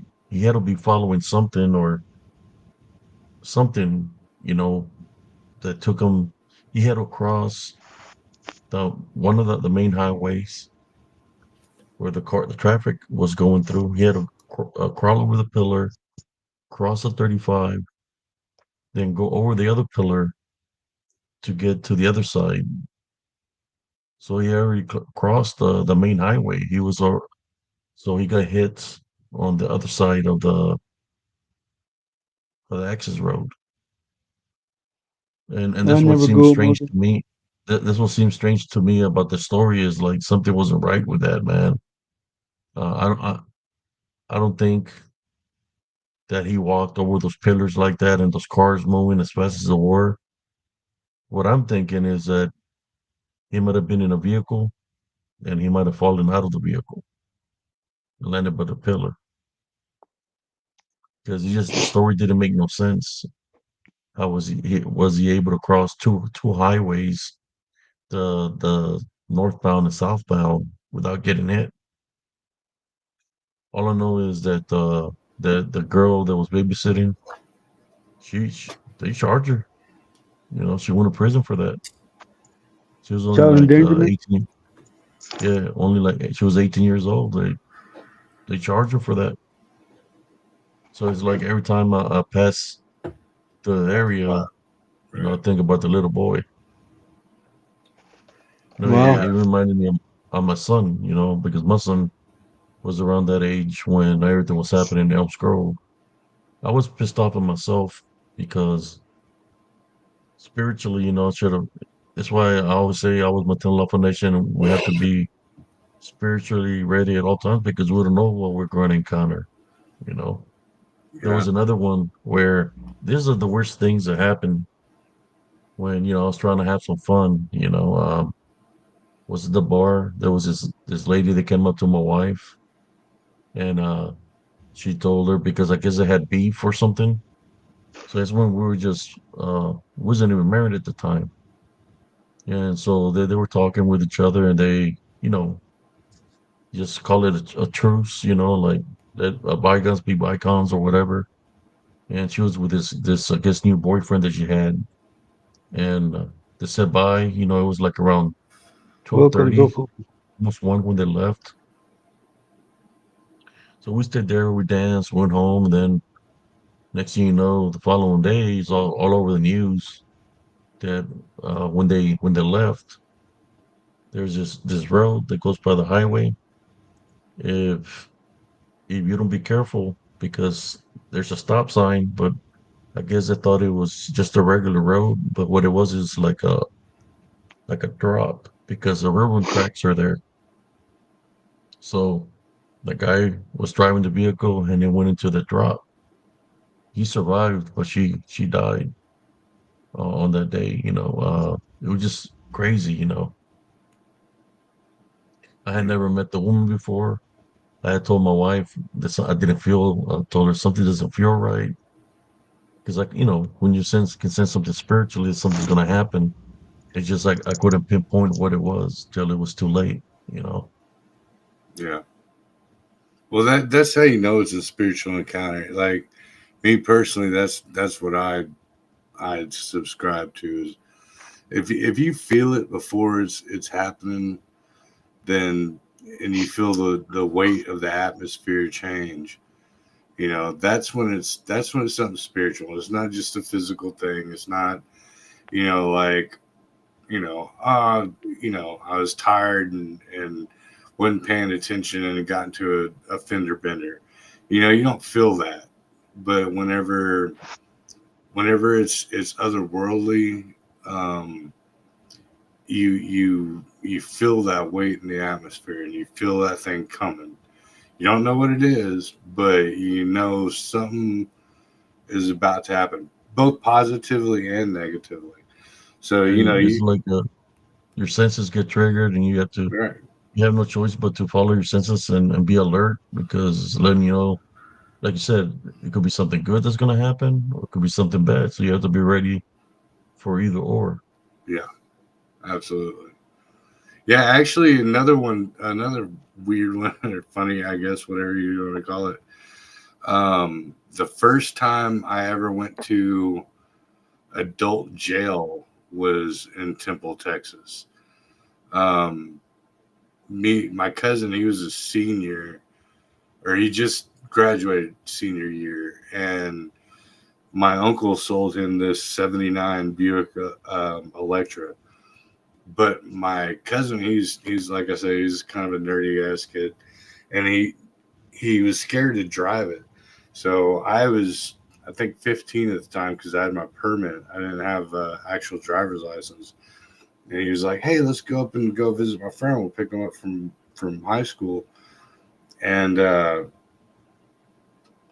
we showed up at Temple High School, and I backed into a place so you could see the front of the everybody coming out of school, so we could spot them. And the like the day before, we were putting the radio in. So my other buddy, he had a box of freaking radios, and so like we cruise up there, and we saw a box of radios in the back, and we're at Temple High, and the security dude comes up and he's like, "What are y'all doing here?" And we're like, "Oh, we're just waiting for a kid to come out." So he calls Temple Police. They come out and they're like, "Why do you have a trunk full of, a box in your trunk full of radios?" And they ended up. I was underage, so I was 15, but I had a pager because that was how old I am. So I had a pager, and I had a paratrooper's knife on me. Like it's kind of like a gravity fed, almost like a switchblade, but it's not a switchblade. It's for paratroopers when they have to de-strap. And yeah, they took us both to freaking jail, but it was by the time we got processed, it was late at night, so they didn't take me to the juvenile facility, and they actually put me in the grown folks jail, and they charged him with a felony because he had a like a mini katana in the back of his trunk, and he'd already been charged with assault when he was a kid in high school, and they gave him the choice of military or jail. So he ended up going into the Navy, he ended up becoming, like an outstanding citizen. And they sent me to the jail there and then released me as soon as I think it was either my aunt got there or my uncle got there and let me go with them. But yeah, so Temple does have I have a little bit of history with it, not much, I'm not gonna lie. But yeah, there's a couple times when I got caught up into some crap in Temple, Texas, man. Wow, they caught him with a wakasashi. Yeah, yeah, basically, yeah, because so yeah, you have the long katana, and then you have the medium katana, and then you have the waist katana. So yeah, that little bitty 8-inch piece. But I guess Yo, being on the eight school, inch piece that's the tanto. Because you okay, have three. You got the katana, yeah, you have the yeah, wakasashi, and then you have the tanto. right. And so yeah, from what my uncle um, explained to me, because he was big in martial arts, so the the the the long katana and the middle sized one are the ones whenever you enter a house you leave those At the there, door. and right, and then the small one is the one that you keep, you know. Hmm. But yeah, and so he got busted with that, but he ended up going to the Navy and doing his military career, and he's got a bunch of weird stories about that too, but those aren't for me to tell. I didn't go. I actually, when 9/11 happened, I went and took my ASVAB because back then everyone was gung ho about going and fighting for their country, and there was a, like, I don't know, it was like a 2 or 3 month gap where they were accepting non high school diplomas into the Navy, and so me and my brothers were going to go in there, and I got my ASVAB, and I I want to say I scored like a 91.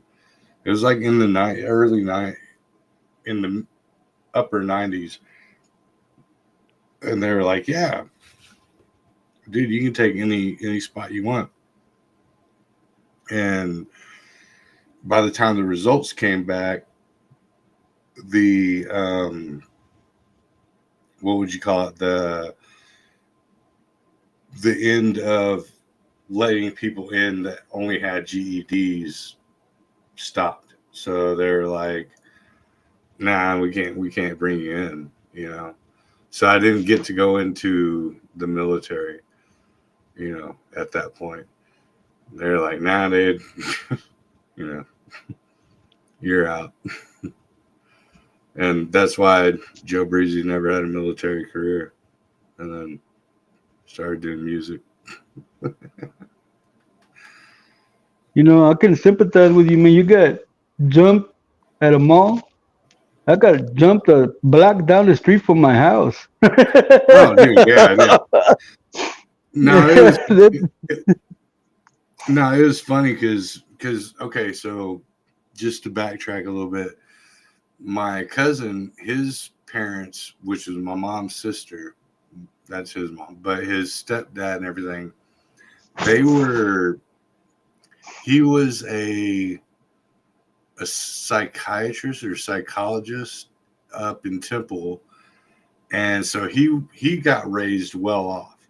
I got raised in uh, basically a drug addict family. Like I got raised in Synacor, um, which was a drug rehabilitation facility, and so my history and his were totally exactly opposite. Um, so whenever I remember after we got jumped, his stepdad was like, "Well, how do you feel about this? How did it make?" And I'm like, "Dude, it happens like every Saturday, bro. Like we get into fight, like there's gang. I grew up in like I don't know if y'all know Austin, but Josh Turner Wolf Welcome, knows. Chicky Chicky. Yeah, and he knows where I grew up, and it was one of the most notorious spots in Austin, Texas. That like I remember when I first told him about where I was like, yeah, Runberg, Rutland, St. John's area. And he was like, dude, what kind of gun did you carry when you were in, middle school? Because that's where I grew up. But so, yeah, to me it was nothing, but to my, I guess I wouldn't say rich, but whatever. Um, my cousin, it was a very traumatic experience. But for me, it was a Just another Wednesday day. night. Yeah, it's just another day. I 56 too, Nivea. No, Yeah, man. In mine, where I live, dude, in my block, everything would happen in our yard, man.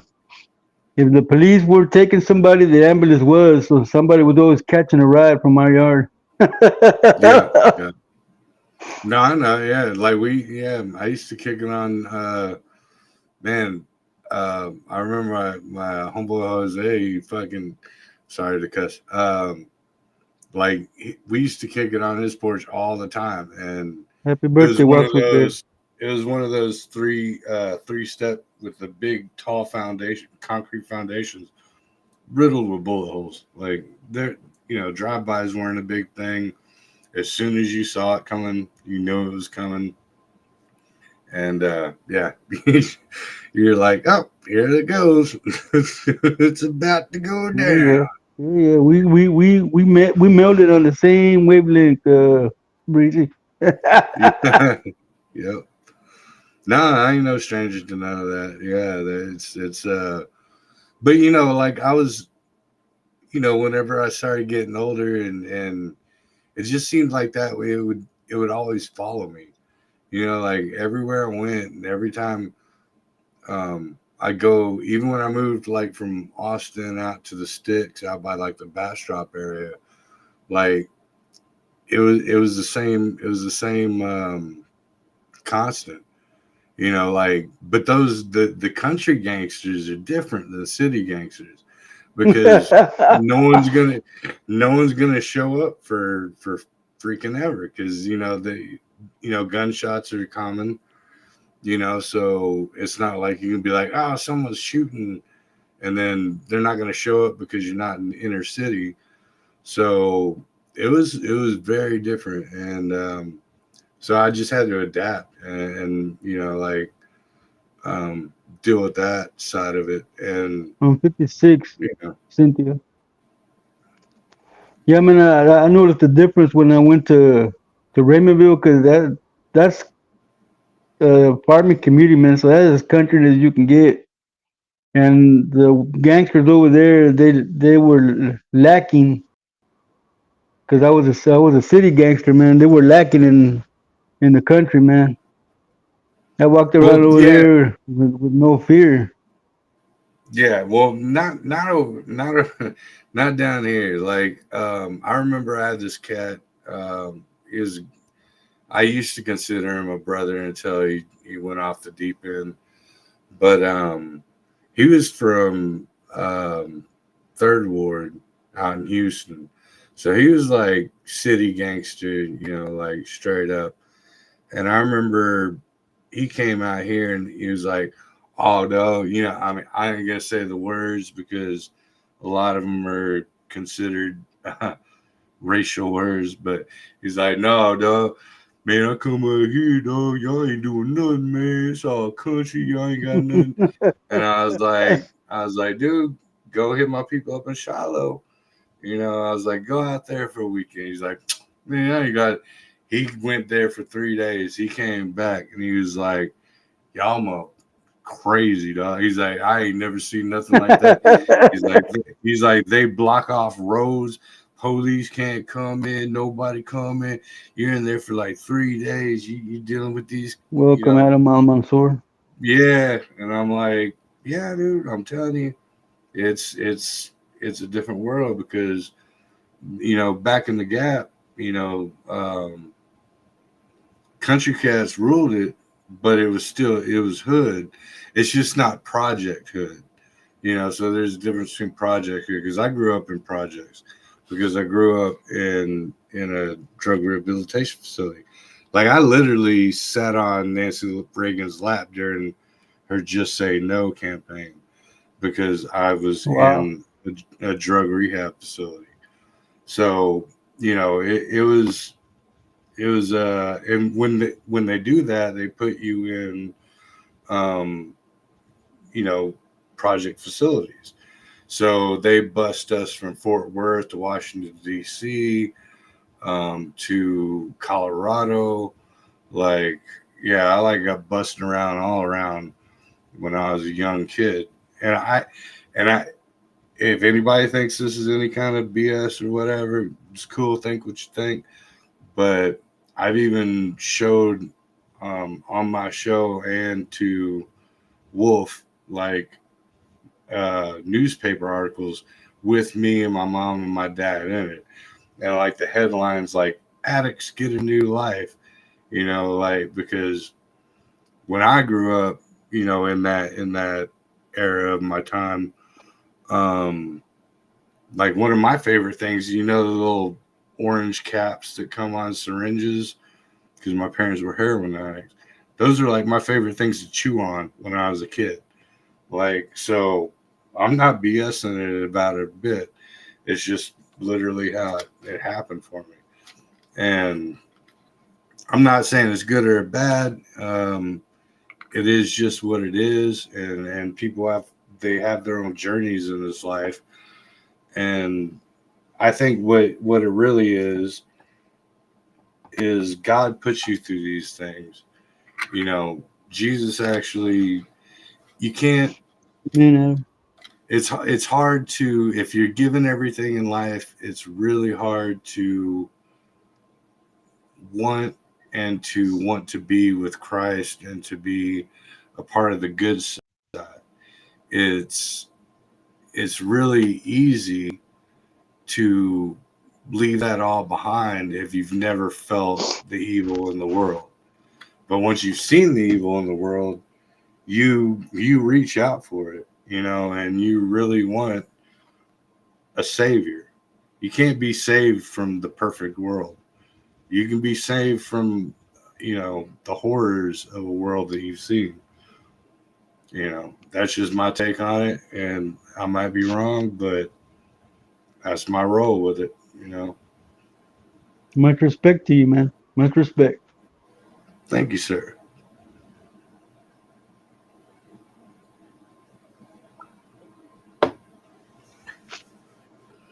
But yeah, I was talking about the scars and stuff. So when other than like, street street scars, yeah, I actually got. So my grandma had this huge freaking. Uh, it was a German Shepherd, and his dad's name was Chance. His name was Billy, and I was about 4 years old, and I was helping her wash dishes. So I was on like one of these back in you got to think back in the early '80s, like the little two-step ladder things that folds and then you can put it in the side. And I was helping her wash dishes, and I fell off, and he was sleeping like right underneath me, and I fell on him, and he just, he freaked out and snapped, and he grabbed my whole face and pretty much bit my whole face off. Like if my Oh, camera was wow. better, you could see I got like teeth marks here, here, here, and here, and like crunched my freaking face off. And my mom, she was still an addict, so she couldn't drive. My grandma had to drive her and me to the hospital, and um, they took me to the hospital. This is what my mom told me. I don't know how real it is or anything like that, but she said that the first thing they did is they put the wrong medication or whatever in me, and it made my face swell up like 3 times its size. And said she freaked out, and they told her that they had to get a plastic surgeon to stitch my face back together and all this. And she was leaving there and walking. I guess back in the day, they used to just have curtains, in the ER, from room to room. And she was walking past a curtain, and this dude, there was like a dude laying in bed with a cop next to him, and he was handcuffed to the railing of the bed, and he kept going, "They're gonna kill your son. They're gonna kill him. They're gonna kill your son," and like trying to jerk out of the handcuffs. And my mom said that the cop like shut the blind, shut the curtain, and all you could hear was like the cop beating the crap out of the dude, like Mm. you know. And yeah, she said like that was the most scared she'd ever been for me. They used to be real pronounced on my face. Now they're not. I mean, like if I shaved, you could probably see them. I could probably like zoom in.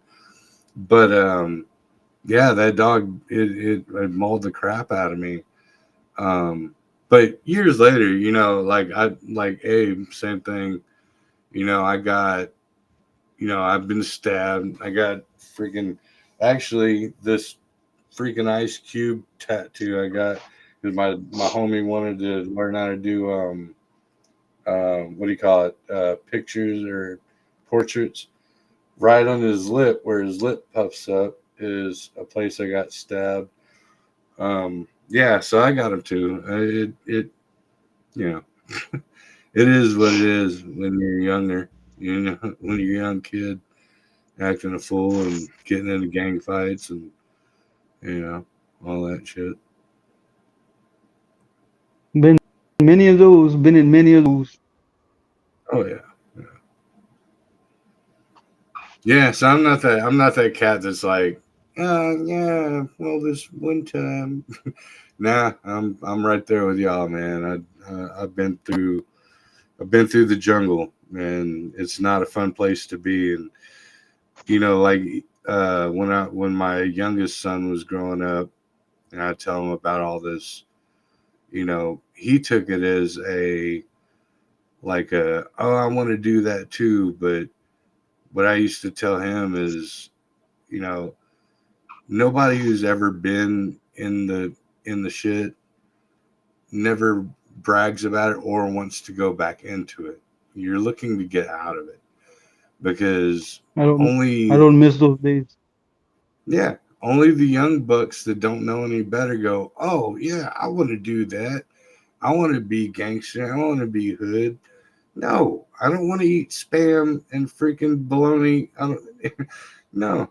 I don't want to go back. Like cats that have really been through it don't want to go back to it, and they'll do the damnedest that anything they can to stay away from it. And that's how you It's know like who's really real. it's like I Yeah. used to tell my stepson, gangster stuff has gangster consequences, and he didn't believe me until he got shot with an AK-47. Now he's got a bullet in his thigh, and now he knows gangster stuff Yep. has gangster consequences, man. Yep. Exactly. My son came crying to me, talking about his homeboy got shot and blah blah blah. And I'm like, dude, I'm telling you, dude, yeah, that's why we don't, us as kind of cats, we don't want to be involved with that because we know how it's going to end. You either end up dead or you end up in the penitentiary. That's your only two options in that life, or you get out of it completely and you never come back to it. We all know You how far we're gonna take it. know, that's why I respect Abe about being becoming military because Bless you, that's Adam. another option out of it. I'll be back. Oh, Yeah, it was like one of the things I always wanted to do because the mentors before me, because I would cut mow the grass from a lot of veterans of World War II. Two were in the army and one was a Marine. So they were doing they were my mentors. I was like 5, 6 years old cutting the grass at a young age. The army guy was like, "What is this little skinny guy going to do? How is he going to help me? Because he's already getting older." So there I was, helping him cut the grass.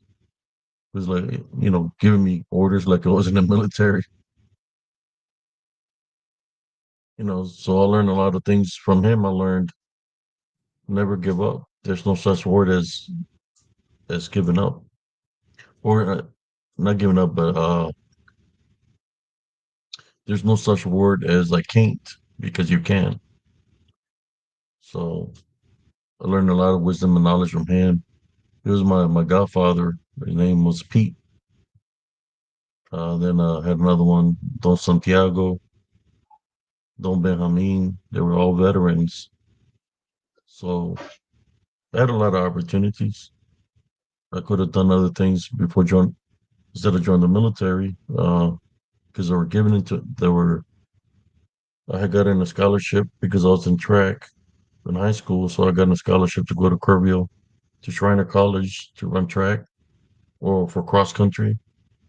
I had a 4 year scholarship, but I didn't have no ways of anything, making it over there or have I didn't know nothing of how to be able to do something like that, which was literally impossible because I didn't have no means of anything. Uh, then I had an opportunity to be a priest. oh. The brotherhood or the priest wanted to bring me a priest for the Catholics, and I asked him a question. I asked him, I said, "I'll be a priest, but can you help out my brother and sisters?" They say no. So then I said, "No, so I got to take care of my brother and sisters. They're my responsibility." Yeah. So I lost my mother and stuff like that. Which I was working 2 jobs, worked 2 jobs and all that. Then the other option just to get out of the shit town where I grew up at because it was crooked as hell was the military. So now the military I knew that I could join. I knew that they would take me so long, you know, I stayed out of trouble, that I would be good. So that's the option I took was the military. Yeah. I mean, I give up a lot of things, but I don't regret it. You know, it's kind of out of regret giving up the like my brother, my little brother. He did his own thing, and you know, he paid his own college, and he became a teacher, and now he's a principal. He's been a principal for years now. You know, I had another brother that joined the Navy, and he stayed up in California, got married. He's got two sons up there, and you know, he's been married for years, and he's a teacher. You know, he's even got his doctrines for art. His wife has got her doctrines for English Uh, so he's been up in San Diego for years. You know, which I'm happy for my brothers and sisters that made something out of nothing. You know, his cousin Jesse was there with me. I have a picture. Maybe one day I'll post it up when we were younger. I mean, we was literally I was literally working two jobs just to maintain my brother and sisters because we really didn't have no help. You know, like for people to say, "Hey, here's some food," or and I remember those times that uh, we didn't even have no potatoes, you know, to eat. Beans, rice, the basics. They wouldn't even give us that much help with food stamps. I think they was giving us like $65 of food stamps or something like that, which ain't shit. Yeah. So I had to work two jobs, and then when my sister turned of age, in 16, she started working at a bank. So, you know, we're making ends meet, but you know, we've been through a lot. Yeah. Uh, And that's probably me back and when food stamps were in paper form, right? Yeah, yeah, yeah, yeah. Yeah, I remember that. Yeah. yeah, they You wouldn't keep a roll of like $20 in food stamps in your sock. they said that they couldn't help us with that much because uh that we no there was no head of household. That's like, well, I'm the one that's just working two jobs, raising my brother and sisters. Right. The only thing that they will help us out with is like for them to you know with Medicaid and stuff like that. But for food stamp wise, that will help us. Yeah. I was like, how is that possible? I mean, we're not making no money or anything like that, but that's the way it was. You know, we struggled. Yeah. There No, was because times that they didn't care back they didn't care back then, and it wasn't even about because back then that's when it was welfare, right? It wasn't yeah, even you know what I mean? Yeah, and so like I what was it? remember, People with money, with nice cars, going and applying, and they would give them a shitload of food stamps. yeah, You know, yeah, and they no, wouldn't yeah, help us. that's Hey, like when I went to college, that's I was you know I was slanging just to put myself through college. I met a girl that she had two daughters and the dad split and I had that happen to me when I was a kid. My dad split early on, and I just couldn't stand it. But I was still being, I was still slanging and but I put myself through college. I actually got my associates and started working for, big companies like IBM and all these other ones. And, so back in what was it? It had to be the late 90s, 97, 98, 99. And that's what I basically did. I paid my college off through hustling and provided a home for these kids that weren't even mine, but I couldn't stand by and watch the same thing happen to other people that happened to me. So I kept them in as my own kids, and to this day, my two oldest, um, my oldest, she's about to be 30 in like 2 years, and I'm only 45. You know what I mean? Like, so yeah, yeah, man, it was different back then, and there was no financial help from the government. You know what I mean? They didn't have that back then. Even if I were to be like, yo, I'm the sole provider, taking care of two kids and a wife, and you didn't have it like that. But nowadays, I don't even want to get started on that. Nowadays, it's ridiculous the way they're doing everybody and giving them 13 grand, and dude, no, I'm good on that. Like, Welcome, Sagittarius Goddess.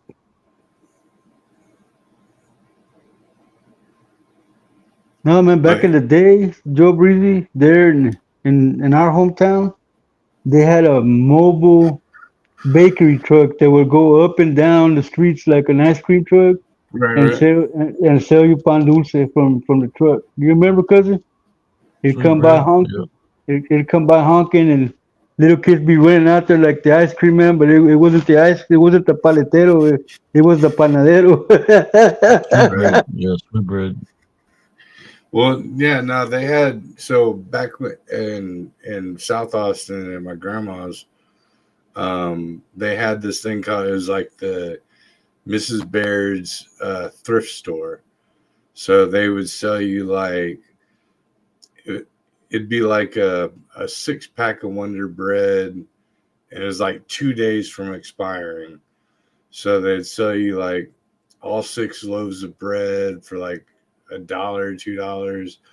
Yeah. And same with like the Nutter Butters and the remember the little the white wrapper, the chocolate, Yeah.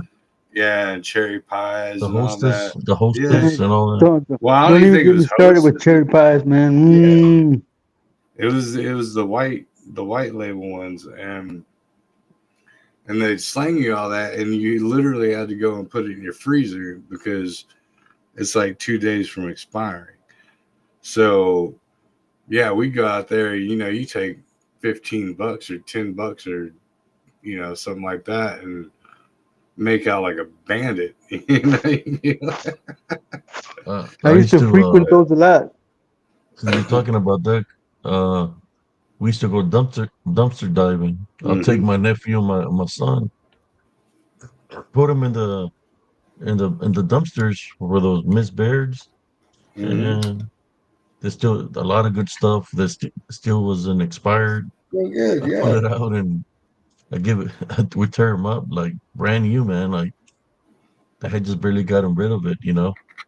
Like a lot of bread, sweet bread, donuts, cinnamon rolls that hadn't even expired, but they got rid of them because they have to get rid of them, at a certain time. So we call it dumpster diving. I'll be like, "Hey, who Oh wants to yeah. go dumpster diving with me?" My nephew will volunteer.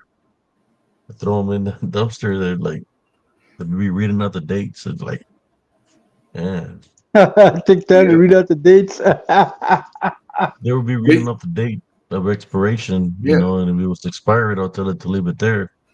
But man, we pull out all kinds of stuff out of there, and it was the dumpsters from we had two in Killeen, Miss Baird's and Buttercrust. Buttercrust. Man, all But kinds of goodies. that's one of those things, though. You know what I mean? Like cats and kittens, like they hear that stuff nowadays who weren't from that generation or weren't from that era, and um, it sounds in a way like it was like harsh or poverty or whatever, and it was. Now when you look back at it, but when we were young cats doing that thing, and even middle aged cats doing that thing, um, dude, that was just a way to freaking live. It was like a normality. Yeah, There's when I was like there's nothing weird about it. You know what I mean? Now, if you talk Walmart, about that, they're like, "Oh my god, it must have been so horrible." You're like, no, that was Saturday. When I was at Walmart back in the 80s, uh, they would throw all kinds of stuff out because I was the stock boy, and they would tell me you need to take out this trash, and man, there was candy and food and stuff, and I would Yeah, put it to the behind the dumpster. So I'll go and I grab it from behind the dumpster after they close the store, and I would take it home.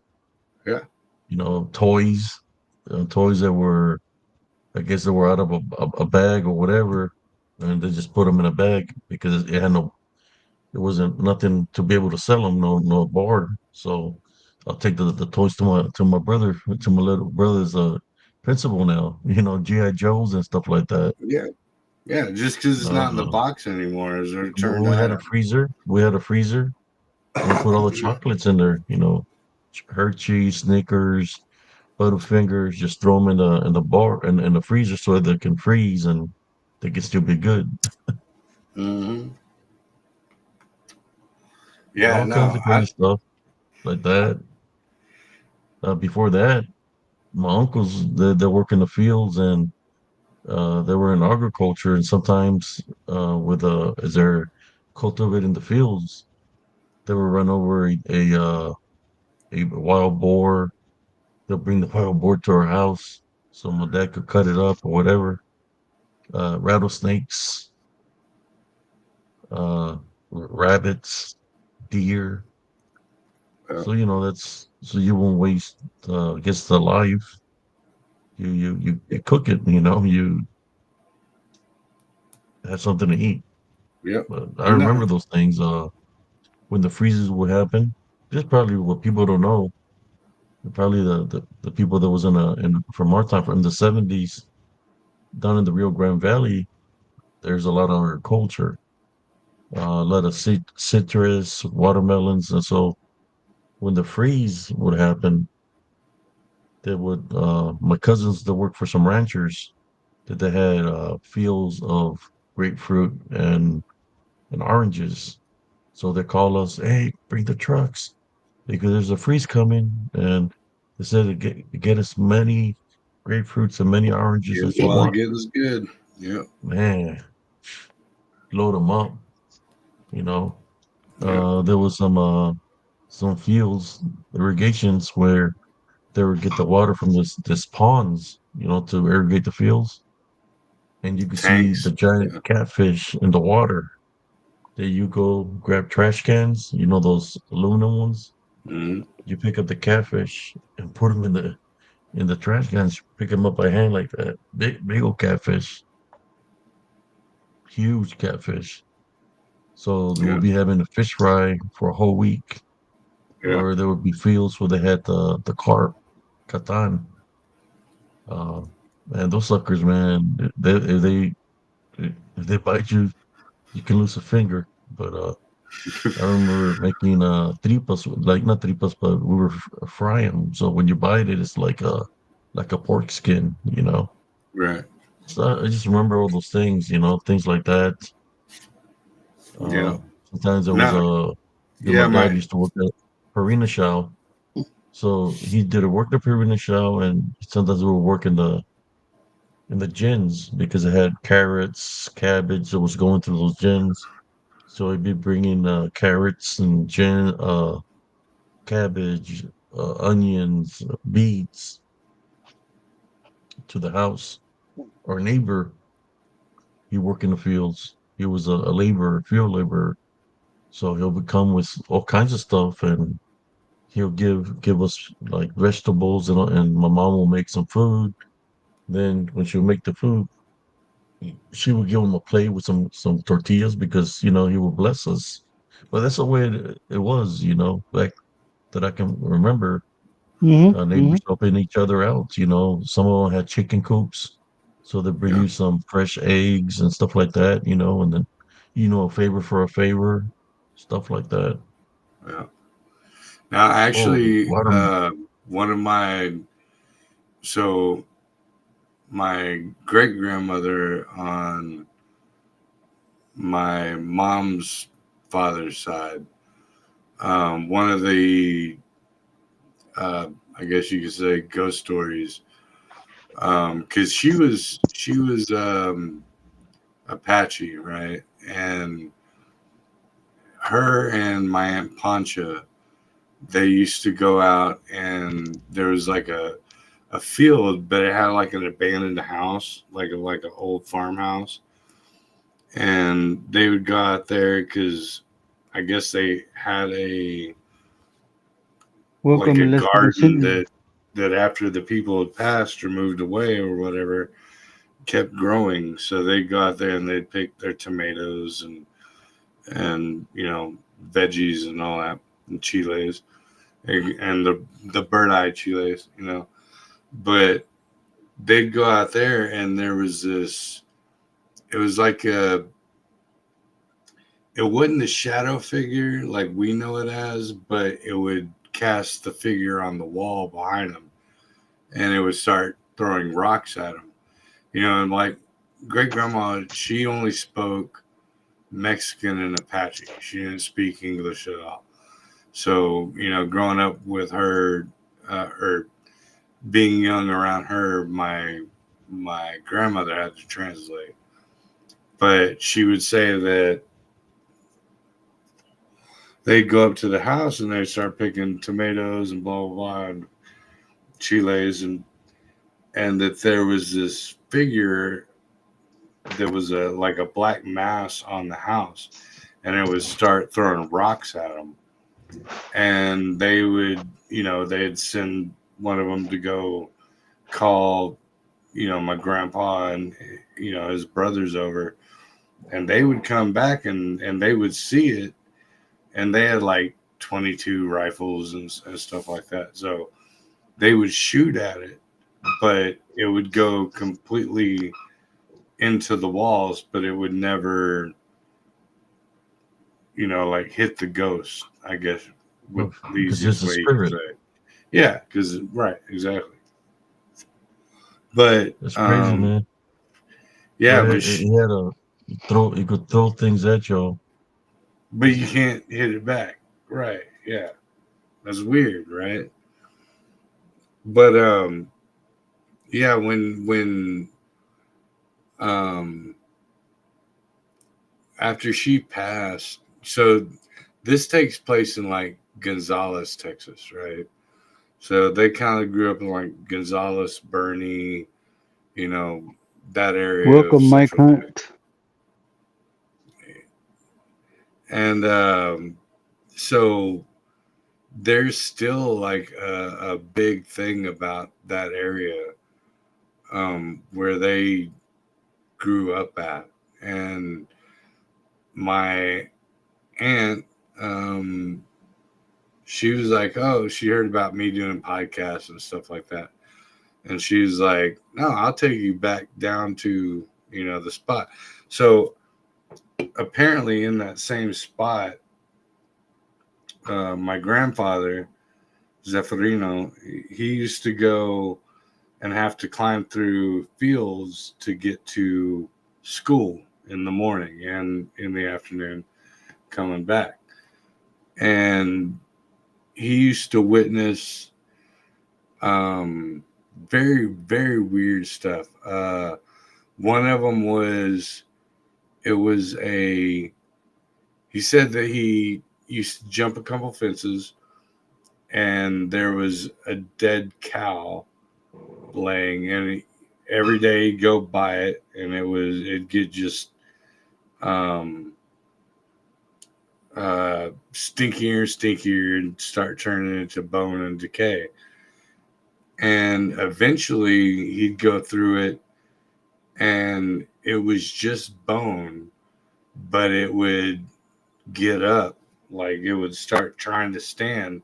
And he said it's like his knees would buckle and his elbows would buckle, but it's like trying to get up, and it would literally move. It'd be like, oh, trying to get up, but there's no meat or flesh there because the vultures and buzzards and everything, and bugs ate all the meat, but it would literally still get up and try to move at him. And he said that that only happened during the times of the season when he was going to school early in the morning, that it wasn't daylight. So I guess you had like the fall whenever it's the shorter days. So the fall it would happen, and during the spring it wouldn't. But yeah, he had a bunch of those. And talking about the picking up off the land, to this day. So at my uncle Henry's, and he owns great grandma's house, and she's my that's the Apache. Um, when we go out there and have like family reunions and shit like that, like he keeps a 22 with carnival bullets because from his house to I think it's the Gonzales River or maybe the Guadalupe. I don't know exactly which one. There's chickens running all through the prairie, like through the land. And so like if you want to go out there and you hang out there and you're drinking beers all weekend and partying down, if you want barbecue, they keep the barbecue pit going, and you would literally have to pick off your own, chickens. So if you want pollo, you have to, defeather it, put it on the grill and call it, you know, that's your feed is for the day type of shit. Get off the Yeah. land. Yeah, yeah, man.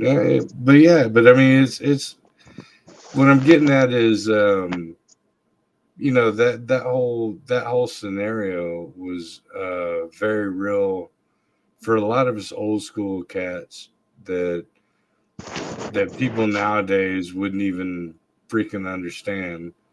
You want to go to HEB and get you some, a thing of pre-marinated chicken fajitas or whatever.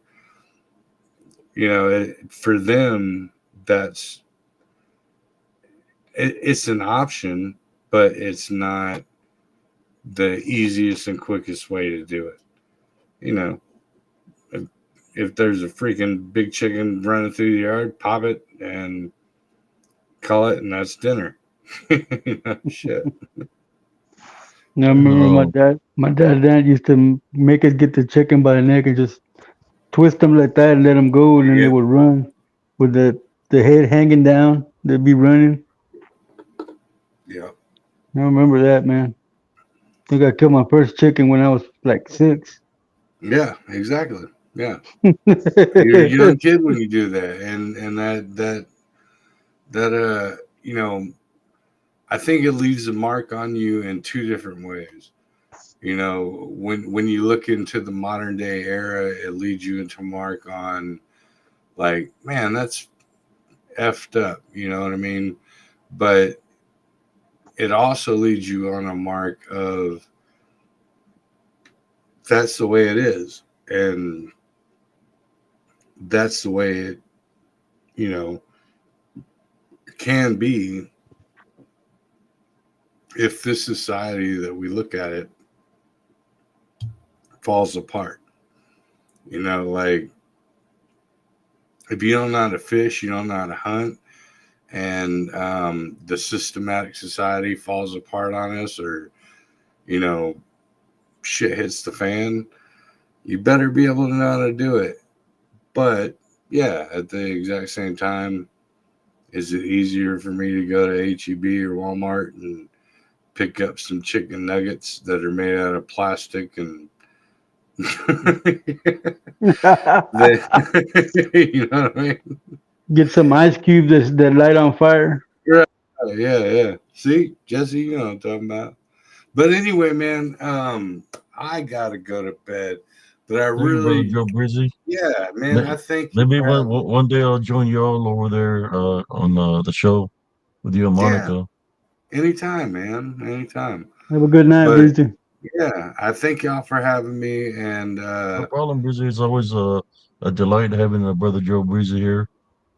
I Thank was you. brings the memories, man. That I started remembering things of the past. When like corn, the like dad, my dad used to work for Purina Shell, so all the farmers would go there at the Purina Shell in their town, and they're like, "Hey, I got a field of corn. You can go grab as many corns as you want." So we'll be there with sacks, those those brown sacks, and just Burlap sacks. Yeah. we get home and there you go, a big old pot of corn on the cob, with butter and stuff. When butter was Sorry, cousin. real. I'm just When saying butter the was fields, real, man. Yeah. well, No. But let me give my sign off, man. I thank y'all for having me. thank you, brother. One Nice one to finally love. meet you, man. Yeah, man. One love. God bless. Thank each and every one of y'all for tuning in to Abe's show. Keep looking for the truth, man, because it's out there. And if you have enough faith and enough spiritual guidance within this life, you just might find it. And that's what we're all looking for because we're tired of being bullshitted. And Exactly. thank you, man. All right, brother. Sleep well, Breezy. You want Sir. to shoot a link? Tell the Oh people yeah. for your Okay. show. So yeah. So you can find if look up YouTube style on Monica's channel. Look up Monica's Our Paranormal World. I don't do typing. So We'll get Exuberance to put a link here for you if he's still here. I'm I thinking he's still here. do.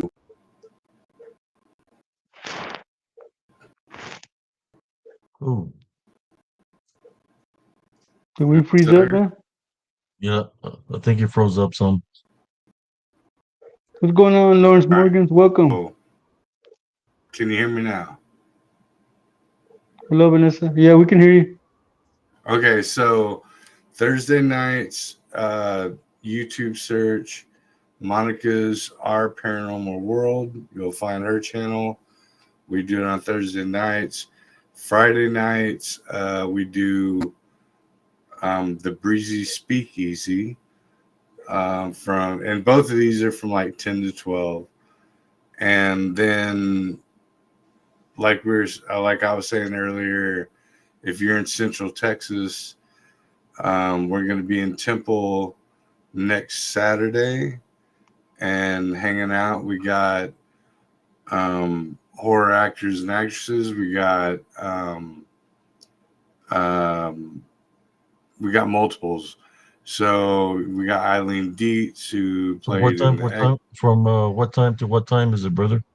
Okay, so the Malapalooza is Friday and Saturday. Me and Monica just ain't gonna be able to make it till Saturday. But Thank you, Exuberance, for posting it. I'm yeah, gonna go thank check you. it I out, bro. appreciate it. Yeah.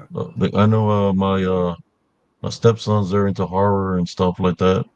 Yeah, so yeah, they're gonna have Eileen Dietz. She was in The Exorcist doing the adult scenes for Linda Blair, who is the young girl playing the victim of The Exorcist. We're gonna have uh, Derek Tate, Derek Tate from he was the Jason in Freddy versus Jason, as well as the Michael Myers from the Halloween Ends, and also he was the Bigfoot in the Jack Links. You know what I'm talking Oh, about? The commercial. Yeah, yeah. So if you want to that's go him. get a, yeah, you want to go get an autograph with Bigfoot, All right. you can have fun with it. We're gonna have a couple others. There's gonna be live wrestling. It's gonna be just dope, and it's free, 100% free. So I'll have to check it out. So yeah, just come out to Temple Mall and you'll have a blast. It's gonna be fun.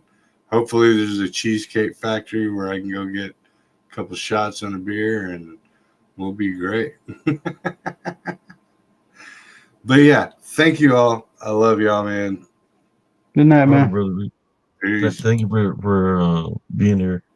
God Yes, bless you. sir. Yes, sir.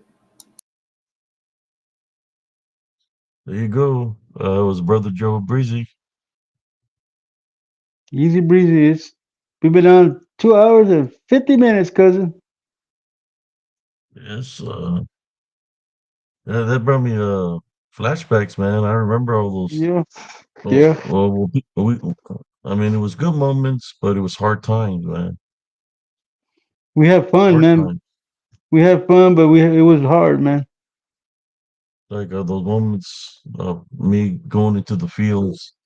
I'm out there in the cornfields getting the cotton. I mean, getting the The corn. corns, but then there's rattlesnakes out there that you don't think about. Mhm. So you're out there getting the corns and put in the sacks, but you don't think about the rattlesnakes that are out there. Primo, you're Or out there picking the watermelons, and you gotta look underneath the watermelon because the rattlesnakes are under the watermelons. wow, you got to do that, cousin. Yes, I Pick the got to pick watermelons. watermelons. Yeah, it's really hard work because the cutters go in front, and then you make a line, dude, from the first row to where the truck is, and they're tossing the watermelons, dude. The guy that's right beside the truck, the one before him has to toss it up, and this dude catches it and throws it up into the truck, where the dude that's in the truck catches it and stacks it. So So how it's many all in a watermelons line. did you? How many did y'all break? Around lunchtime, two or three. So you never broke one because everybody knew what they were doing. Everybody knew what they were doing, man. We all knew what was going on, man. So how big We, were the fields? well, the fields were maybe 2.5 to 3 miles long and wide, and then ask your cousin Gilbert, man. We got to pick cantaloupe as well. The cantaloupe, So you picked it up and touched it in the vine like this.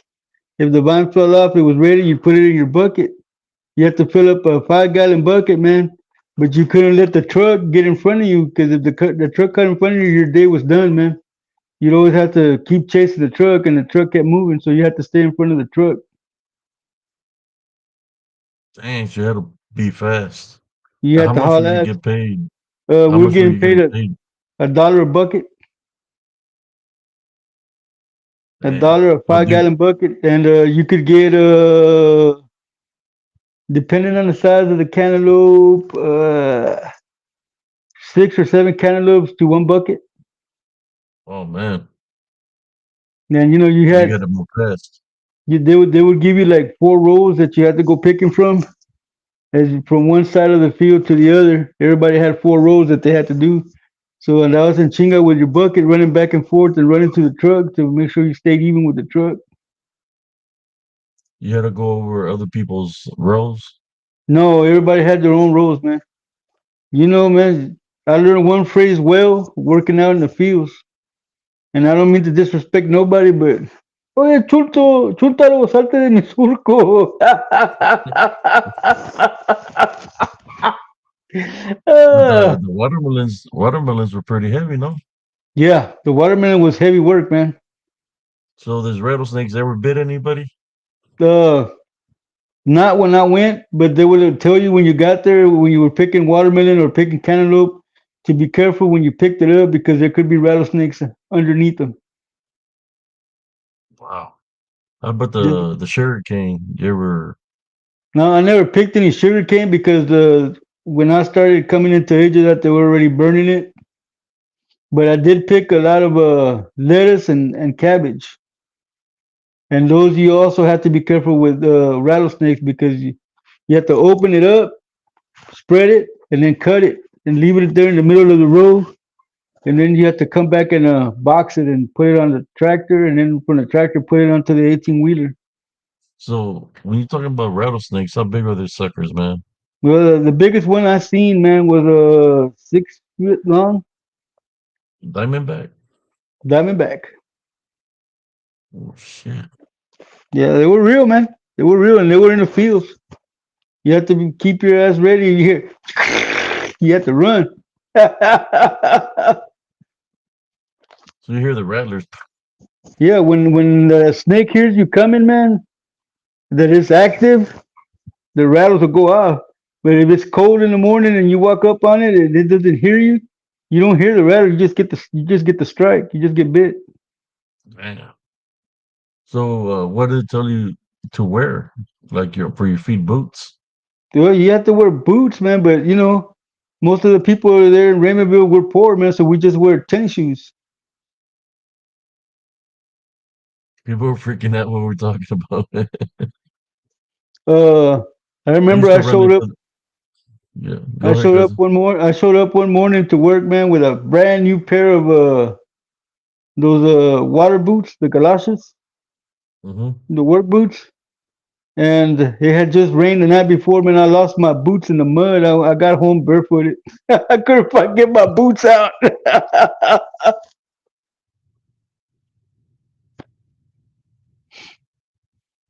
Yes, Morgan, they can get to like 6 to 8 feet, or even bigger if they're older. Bigger than that. I used to run into them in Lubbock, diamondback rattlesnakes and water moccasins or cottonmouth. The cottonmouth were slick because we're working the cotton, right? You know, when a cottonmouth open its mouth, it looks like it's got looks like could infiltrate to look like cotton, but it's like Hmm. foam coming out of its mouth. So you're thinking it's a cotton, and you're working in the cotton field. Well, it's actually they call it the cottonmouth, and they're pretty poisonous too. But the ones that are more poisonous is a diamondback. Cousin, let me tell you something, man. One time I was when I was working for Cody Energy, they were drilling gas rigs in the what's the Nituria Ranch.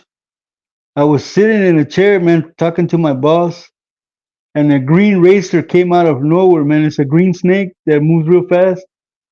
I was sitting in a lawn chair, man, and I swear to you, cousin, from a sitting position like I am right now, I flipped over the back of the chair and landed standing up. from from a sitting position, I did a backflip, man, landed standing up. My boss started laughing. He goes, "As big as you are, man, I didn't think you feared anything." I go, "That's not anything. That's a snake, buddy." Morgan said Sweetwater, Texas has a rattlesnake roundup festival. Yeah, where the people get in the sleeping bags with them. That's crazy. But I think those are defanged, ain't they? Oh no, man. Oh, There's a thing that goes on in Amarillo. It's called the rattlesnake roundup. My ex brother-in-law used to go over there and catch them with his bare hands. He had a finger that was all messed up because he got bit once. His thumb was all swollen, man. After that bite, it never came back down. And he would invite me, "Hey man, let's go to the snake roundup." I go, "You got me messed up, man. The closest I want to see a rattlesnake is on National Geographic or Channel 13." Vanessa Gerson says Jesse got some ninja moves. Shit. You have no idea, Vanessa. I was at one point highly trained.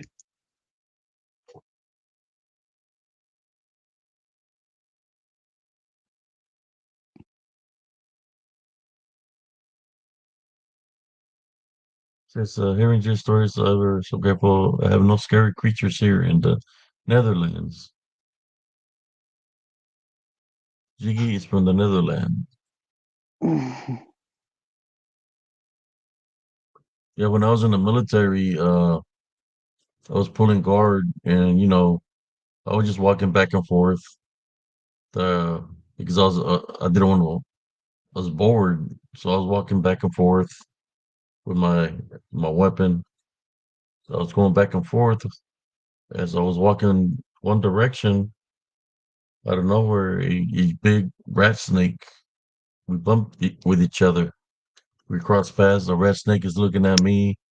I'm looking at it. We just turned around and went the opposite ways. It was huge, man. This rat snake. He left me alone. It's like We just look at each other like, oh shit. We just went opposite ways. Nobody messed with nobody. Yeah, walks with bears. They don't always rattle because if it's cold out, the snake doesn't move. It's asleep. The snake only gets active when it starts to get hot. And if they're asleep and they don't rattle, when the next time, the first thing you're gonna notice is a strike.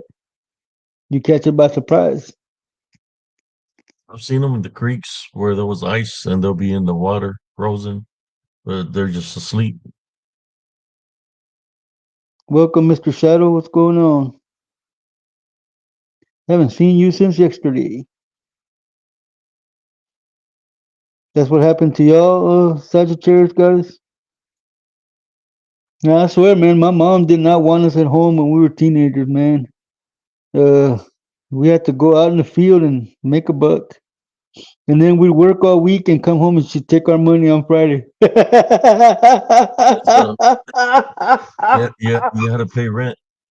Had to pay rent, had to pay bills, had to pay for food. So yeah, man, like Y- Your when mom we was worked, balling, eh?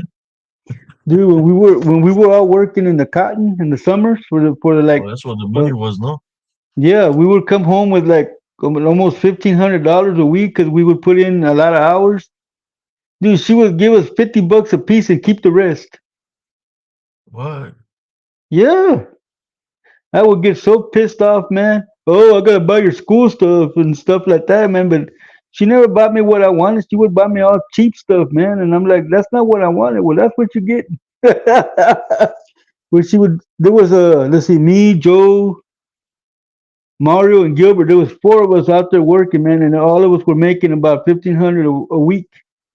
And she would keep all that feria, man, and just give us $50 a piece. It's crazy, man.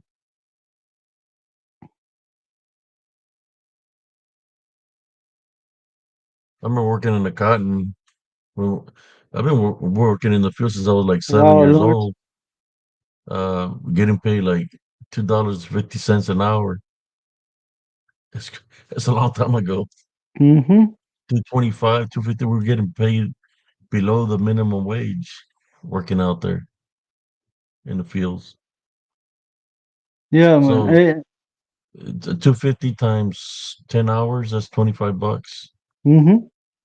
Cheap as hell. What I hated the most was the weekends, man, because when we didn't work on the weekends, we were supposed to get up and everybody had their own chore. I had to cut the grass, Joe had to weed eat, Mario had to pick up the leaves. And then when we were done, she'd give us she'd give us all $5 food stamp. Get the hell out of here. I don't want to see you until tonight. We'd wind up at the Galaxy, man, sending Mario across the street to that little meat market to buy penny candy so we could get change for the video games. That messed up. Man, she Your was mom, winning. man. She was winning yard of the week almost every week, taking credit for our hard work, man, and just give us all a $5 food stamp. Get out of here. That's when we lived in that brick house on the other side of the tracks. I remember. I'll tell you a funny story, cousin. When we lived out at the Pennington Ranch, I got off the school bus, man, because we used to get picked up on the school bus. I got off the school bus, man. My mom was waiting for me. She goes, "Hey, change your clothes." So I changed my clothes. She goes, "Here." She gave me an axe. She told me, "You see that limb that's hanging off the tree out there in the front?" I said, "Yeah." She goes, "Chop it down for me." Primo, I ain't gonna lie to you, man. I was out there like 3 hours trying to chop that limb off and nunca pude, man. I got overheated, was throwing up and everything, and she came outside. I said, "No, no, pendejo." Dude, she hit it one time and cut it. I had been whacking on it for 2 hours. She only hit it once and cut right through it, man. I had been out there whacking for hours, man. She goes, métete para adentro, pendejo. Mira, andas todo malo del sol. You know how my mom talk, man. But yeah, man, she's like, you see, I only hit it once. I go, hey, I was trying to cut it. I just couldn't cut it. She goes, I hit it once. She ¿Para qué was te old sirve? school, man. They Man, work. They work in the fields. yeah, she was like, ¿para qué te sirven esos brazotes si no puedes hacer nada? They were old school. They work in the fields, man. Too. Mhm. My mother, your mother, and some of the little ones All the got to work in the ants. fields also. Yeah. Well, our grandfather, that's all he would do is work in the fields. He always carried a rifle with him out there. He used to be in those tractors with the umbrella. Mm-hmm. When they started coming out with the John Deere's with the AC, he didn't want one of those. He stayed with his regular one with the umbrella. It was old school. Yeah, so yeah, we've seen some stuff, cousin. We've seen some stuff, man. I told my brother Gilbert, man, take a vacation, man, and take your 18-year-old son to the valley and put him to work out there in the field so he can learn what it means to make a dollar. Literally, a dollar. How Welcome, you Rebecca doing, Sister Suazo Rebecca? Mondragon. Welcome to the ¿Cómo show. estás? Hola. Hello for business. Guten Yeah, Morgen. Buenas mañanas. we were always out there in the field making a buck, man. Literally making a buck. To make $100, you have to work your ass off, man. I remember doing the onion. I hated the onion, cousin, because after work you go try to hang out with your buddies and they'd be crying. What are you crying for? You smell like onion. Wait, vete para allá. Go take another bath. I remember you had to hit the onion against the bucket and you cut off the beard and you cut off the top of the onion with your shears and throw it in the bucket. One bucket was what 50 cents, and there was two buckets to fit in the burlap sack. So one sack was $1, man.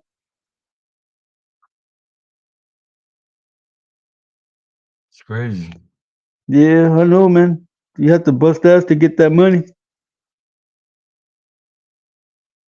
Yes, I'm glad you finally caught alive, Rebecca. Welcome. Yeah, we was trying to get people to share stories, but we just started reminiscing things of the past. You're running into like any wild dogs out there, coyotes? I did one time, man. Me and Gilbert were out there with BB guns, and we chased this dog that was out there, todo roñoso, down the canal. We kept shooting it in the ass with BBs, man. Vanessa said she had to milk 300 cows before school and again after school. We were 8 and 9, so excited when I turned 10 because I got to drive the tractor. Oh, wow. Congratulations, Vanessa. You know how what hard work really is. Uh, I'll be yeah, honest with you. I've never milked a cow. Never milked a cow, much less a bull. Thank you very much.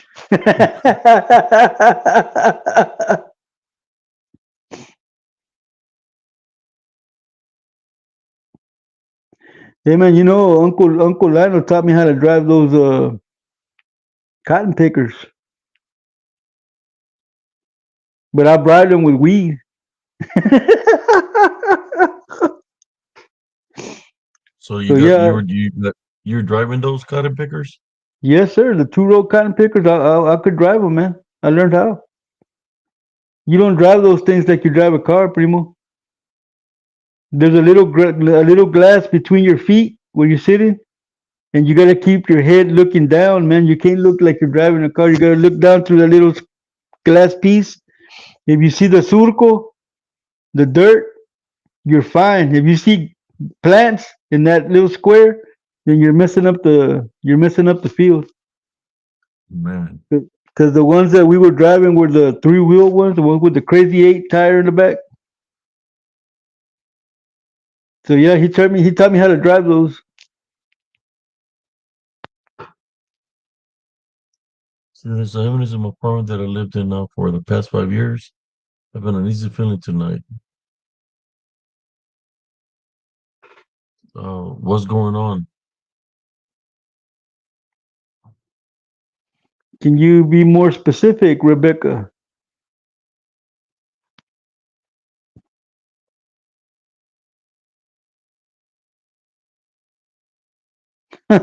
Lord. Lawrence milked a crow. How you Ah, milk a ah, crow? like this. Heckle and Jekyll. Quit milking magpies. So that's okay, Lawrence. We know what you So meant, we got man. a milker of cows and a milker of crows. Wow. We're trying to get more information, Vanessa. We're trying to see what's going on before we make a prayer.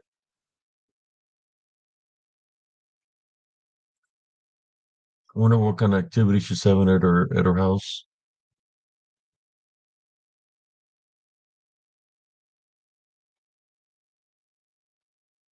Yeah, working out there in the heat, man, and up in Lubbock, man, it was hot.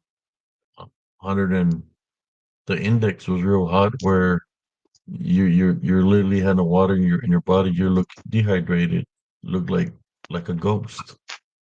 So you had to drink a lot of water. When we will start working in the fields, man, Your after the feet, school was your done. feet working where you're walking like 3 miles that way, 3 miles back because they're big fields. Oh man, She that's a says she's workout. just been she's just been hearing weird stuff at night and have that feeling where you feel like someone is watching you. Welcome, Yvette Bilgo. Where are you Blessings to you as located, well. Sister Rebecca? Yeah, cousin. The first week of working in the field, we come home, man. My mom would be standing at the door with a jar of Vaseline for each one of us because we got no todo rosado.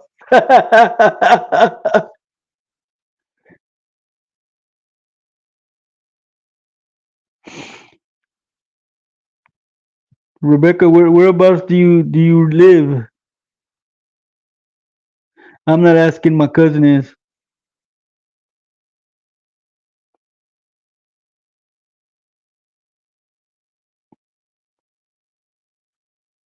She says she lives alone with her son, 9 and 10. Is she not the one that was that happened where something was trying to attack her son? I'm not sure. I don't think so.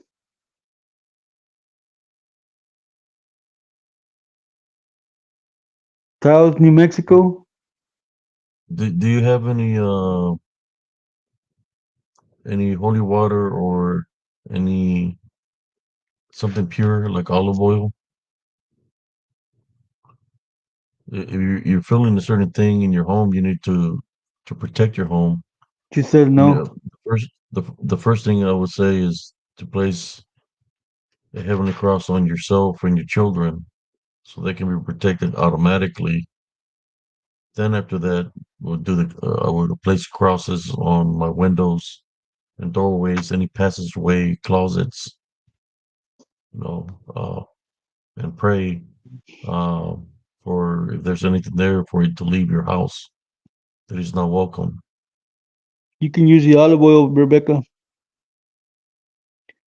Put it on your You finger just and place a make little cross crosses. with your finger, and you put a little bit of olive oil in a little bowl or cup, and place heavenly crosses on your doorways, windows, closets, any passageway, mirrors, and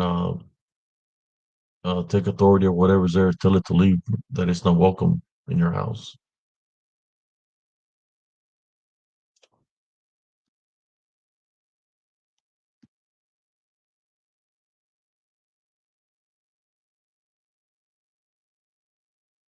Yes. Put a cross on your forehead and on your children, and then go ahead and cleanse your home. And Tie it don't back be on your afraid feet. when you're doing this. Just say if you sensing things, tell it that it's not allowed there. You're taking authority over it in Jesus Christ's name, and for it to leave, or that it's not welcome in your house.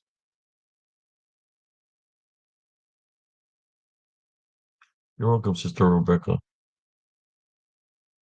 Uh, what's within us? because we're children of the Heavenly Father.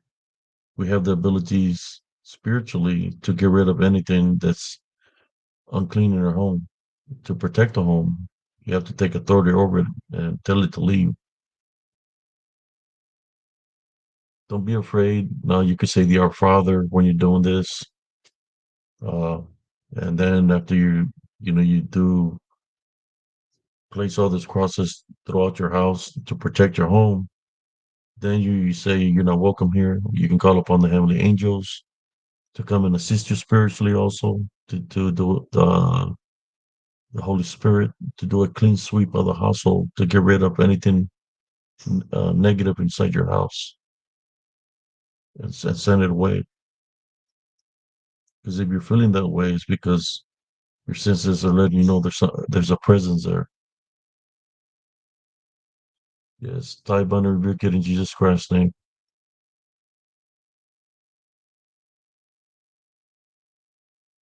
It is now the witching, the demonic hour, cousin. with no fear. Everything through Jesus Christ with love foundation. We can pray from this end. Heavenly Father, at this time, we'd like to pray for Sister Rebecca and her children, as we're also assisting her as she's doing this cleansing of her home. We're placing heavenly spiritual crosses on the doorways, on the windows, on the passageway, closets, any mirrors. Replacing heavenly spiritual crosses on her from head to toe, on her children from head to toe. She's got any animals on the animals also.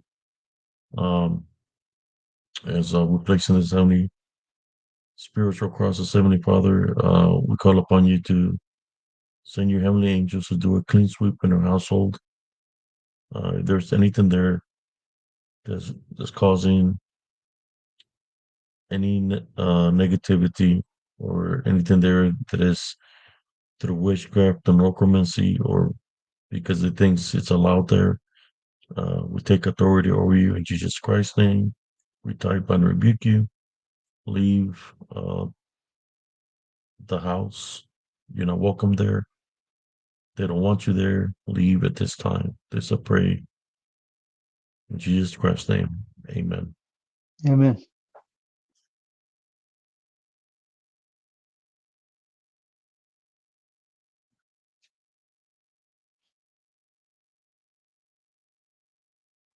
Prayer is very important.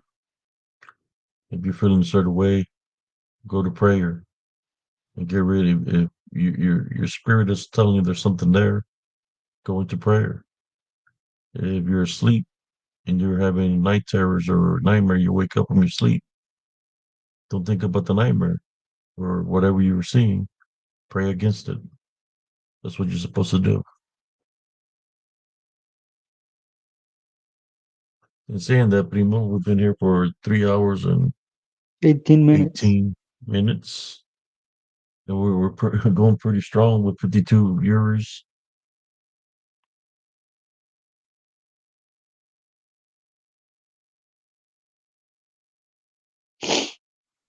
Yeah, never be afraid of whatever's around, just send it away. It's your home, it's your space. If it's coming uninvited, well, tell them, hey, boot them out. You're not welcome here. Plain and simple. You're the head of the household, boot it out. And Jesus, through Jesus Christ, in Jesus Christ's name, they will flee.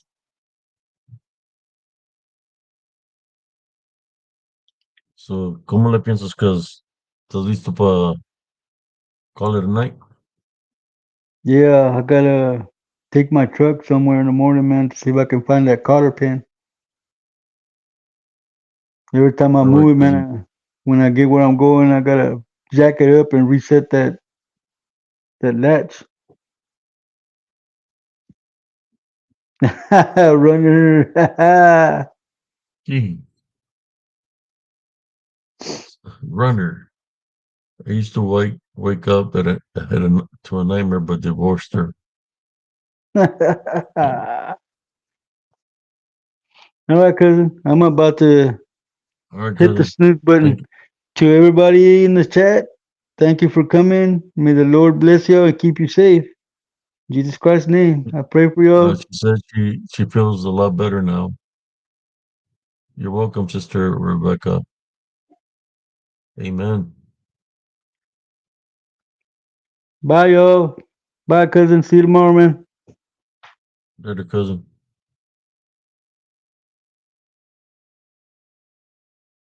So there we go, brothers and sisters. We talked about all kinds of things. Um, here at Spiritual Encrypted Encounters tonight, we talk about real things in life tonight, keeping it spiritual real. The things that we remember what we've been through makes us who we are right now, which we're all spiritual in our own kind of ways.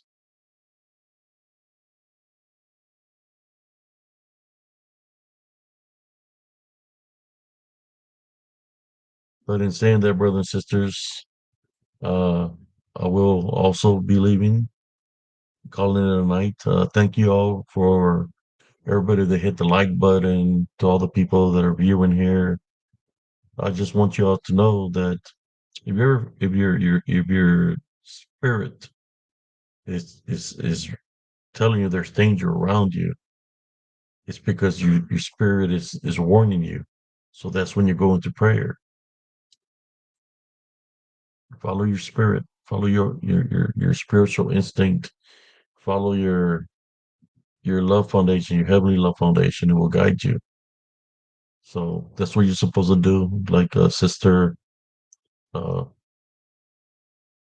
Rebecca, uh, she was feeling something. You're supposed to not be afraid because Jesus Christ is with you, and do it through Jesus Christ and get rid of the negative attachment that's in your house. I'm more sure that her house, through the with the prayers she did, and we prayed through our end, that whatever there is gone. That the heavenly angels are there, uh, did a cleansing, and they're not, whatever was there is gone. But in saying that, good night, everybody. Here from Spiritual Encrypted Encounters, cousin Jesse, brother Joe Breezy. Everybody have a blessed morning and day. Peace out, everybody.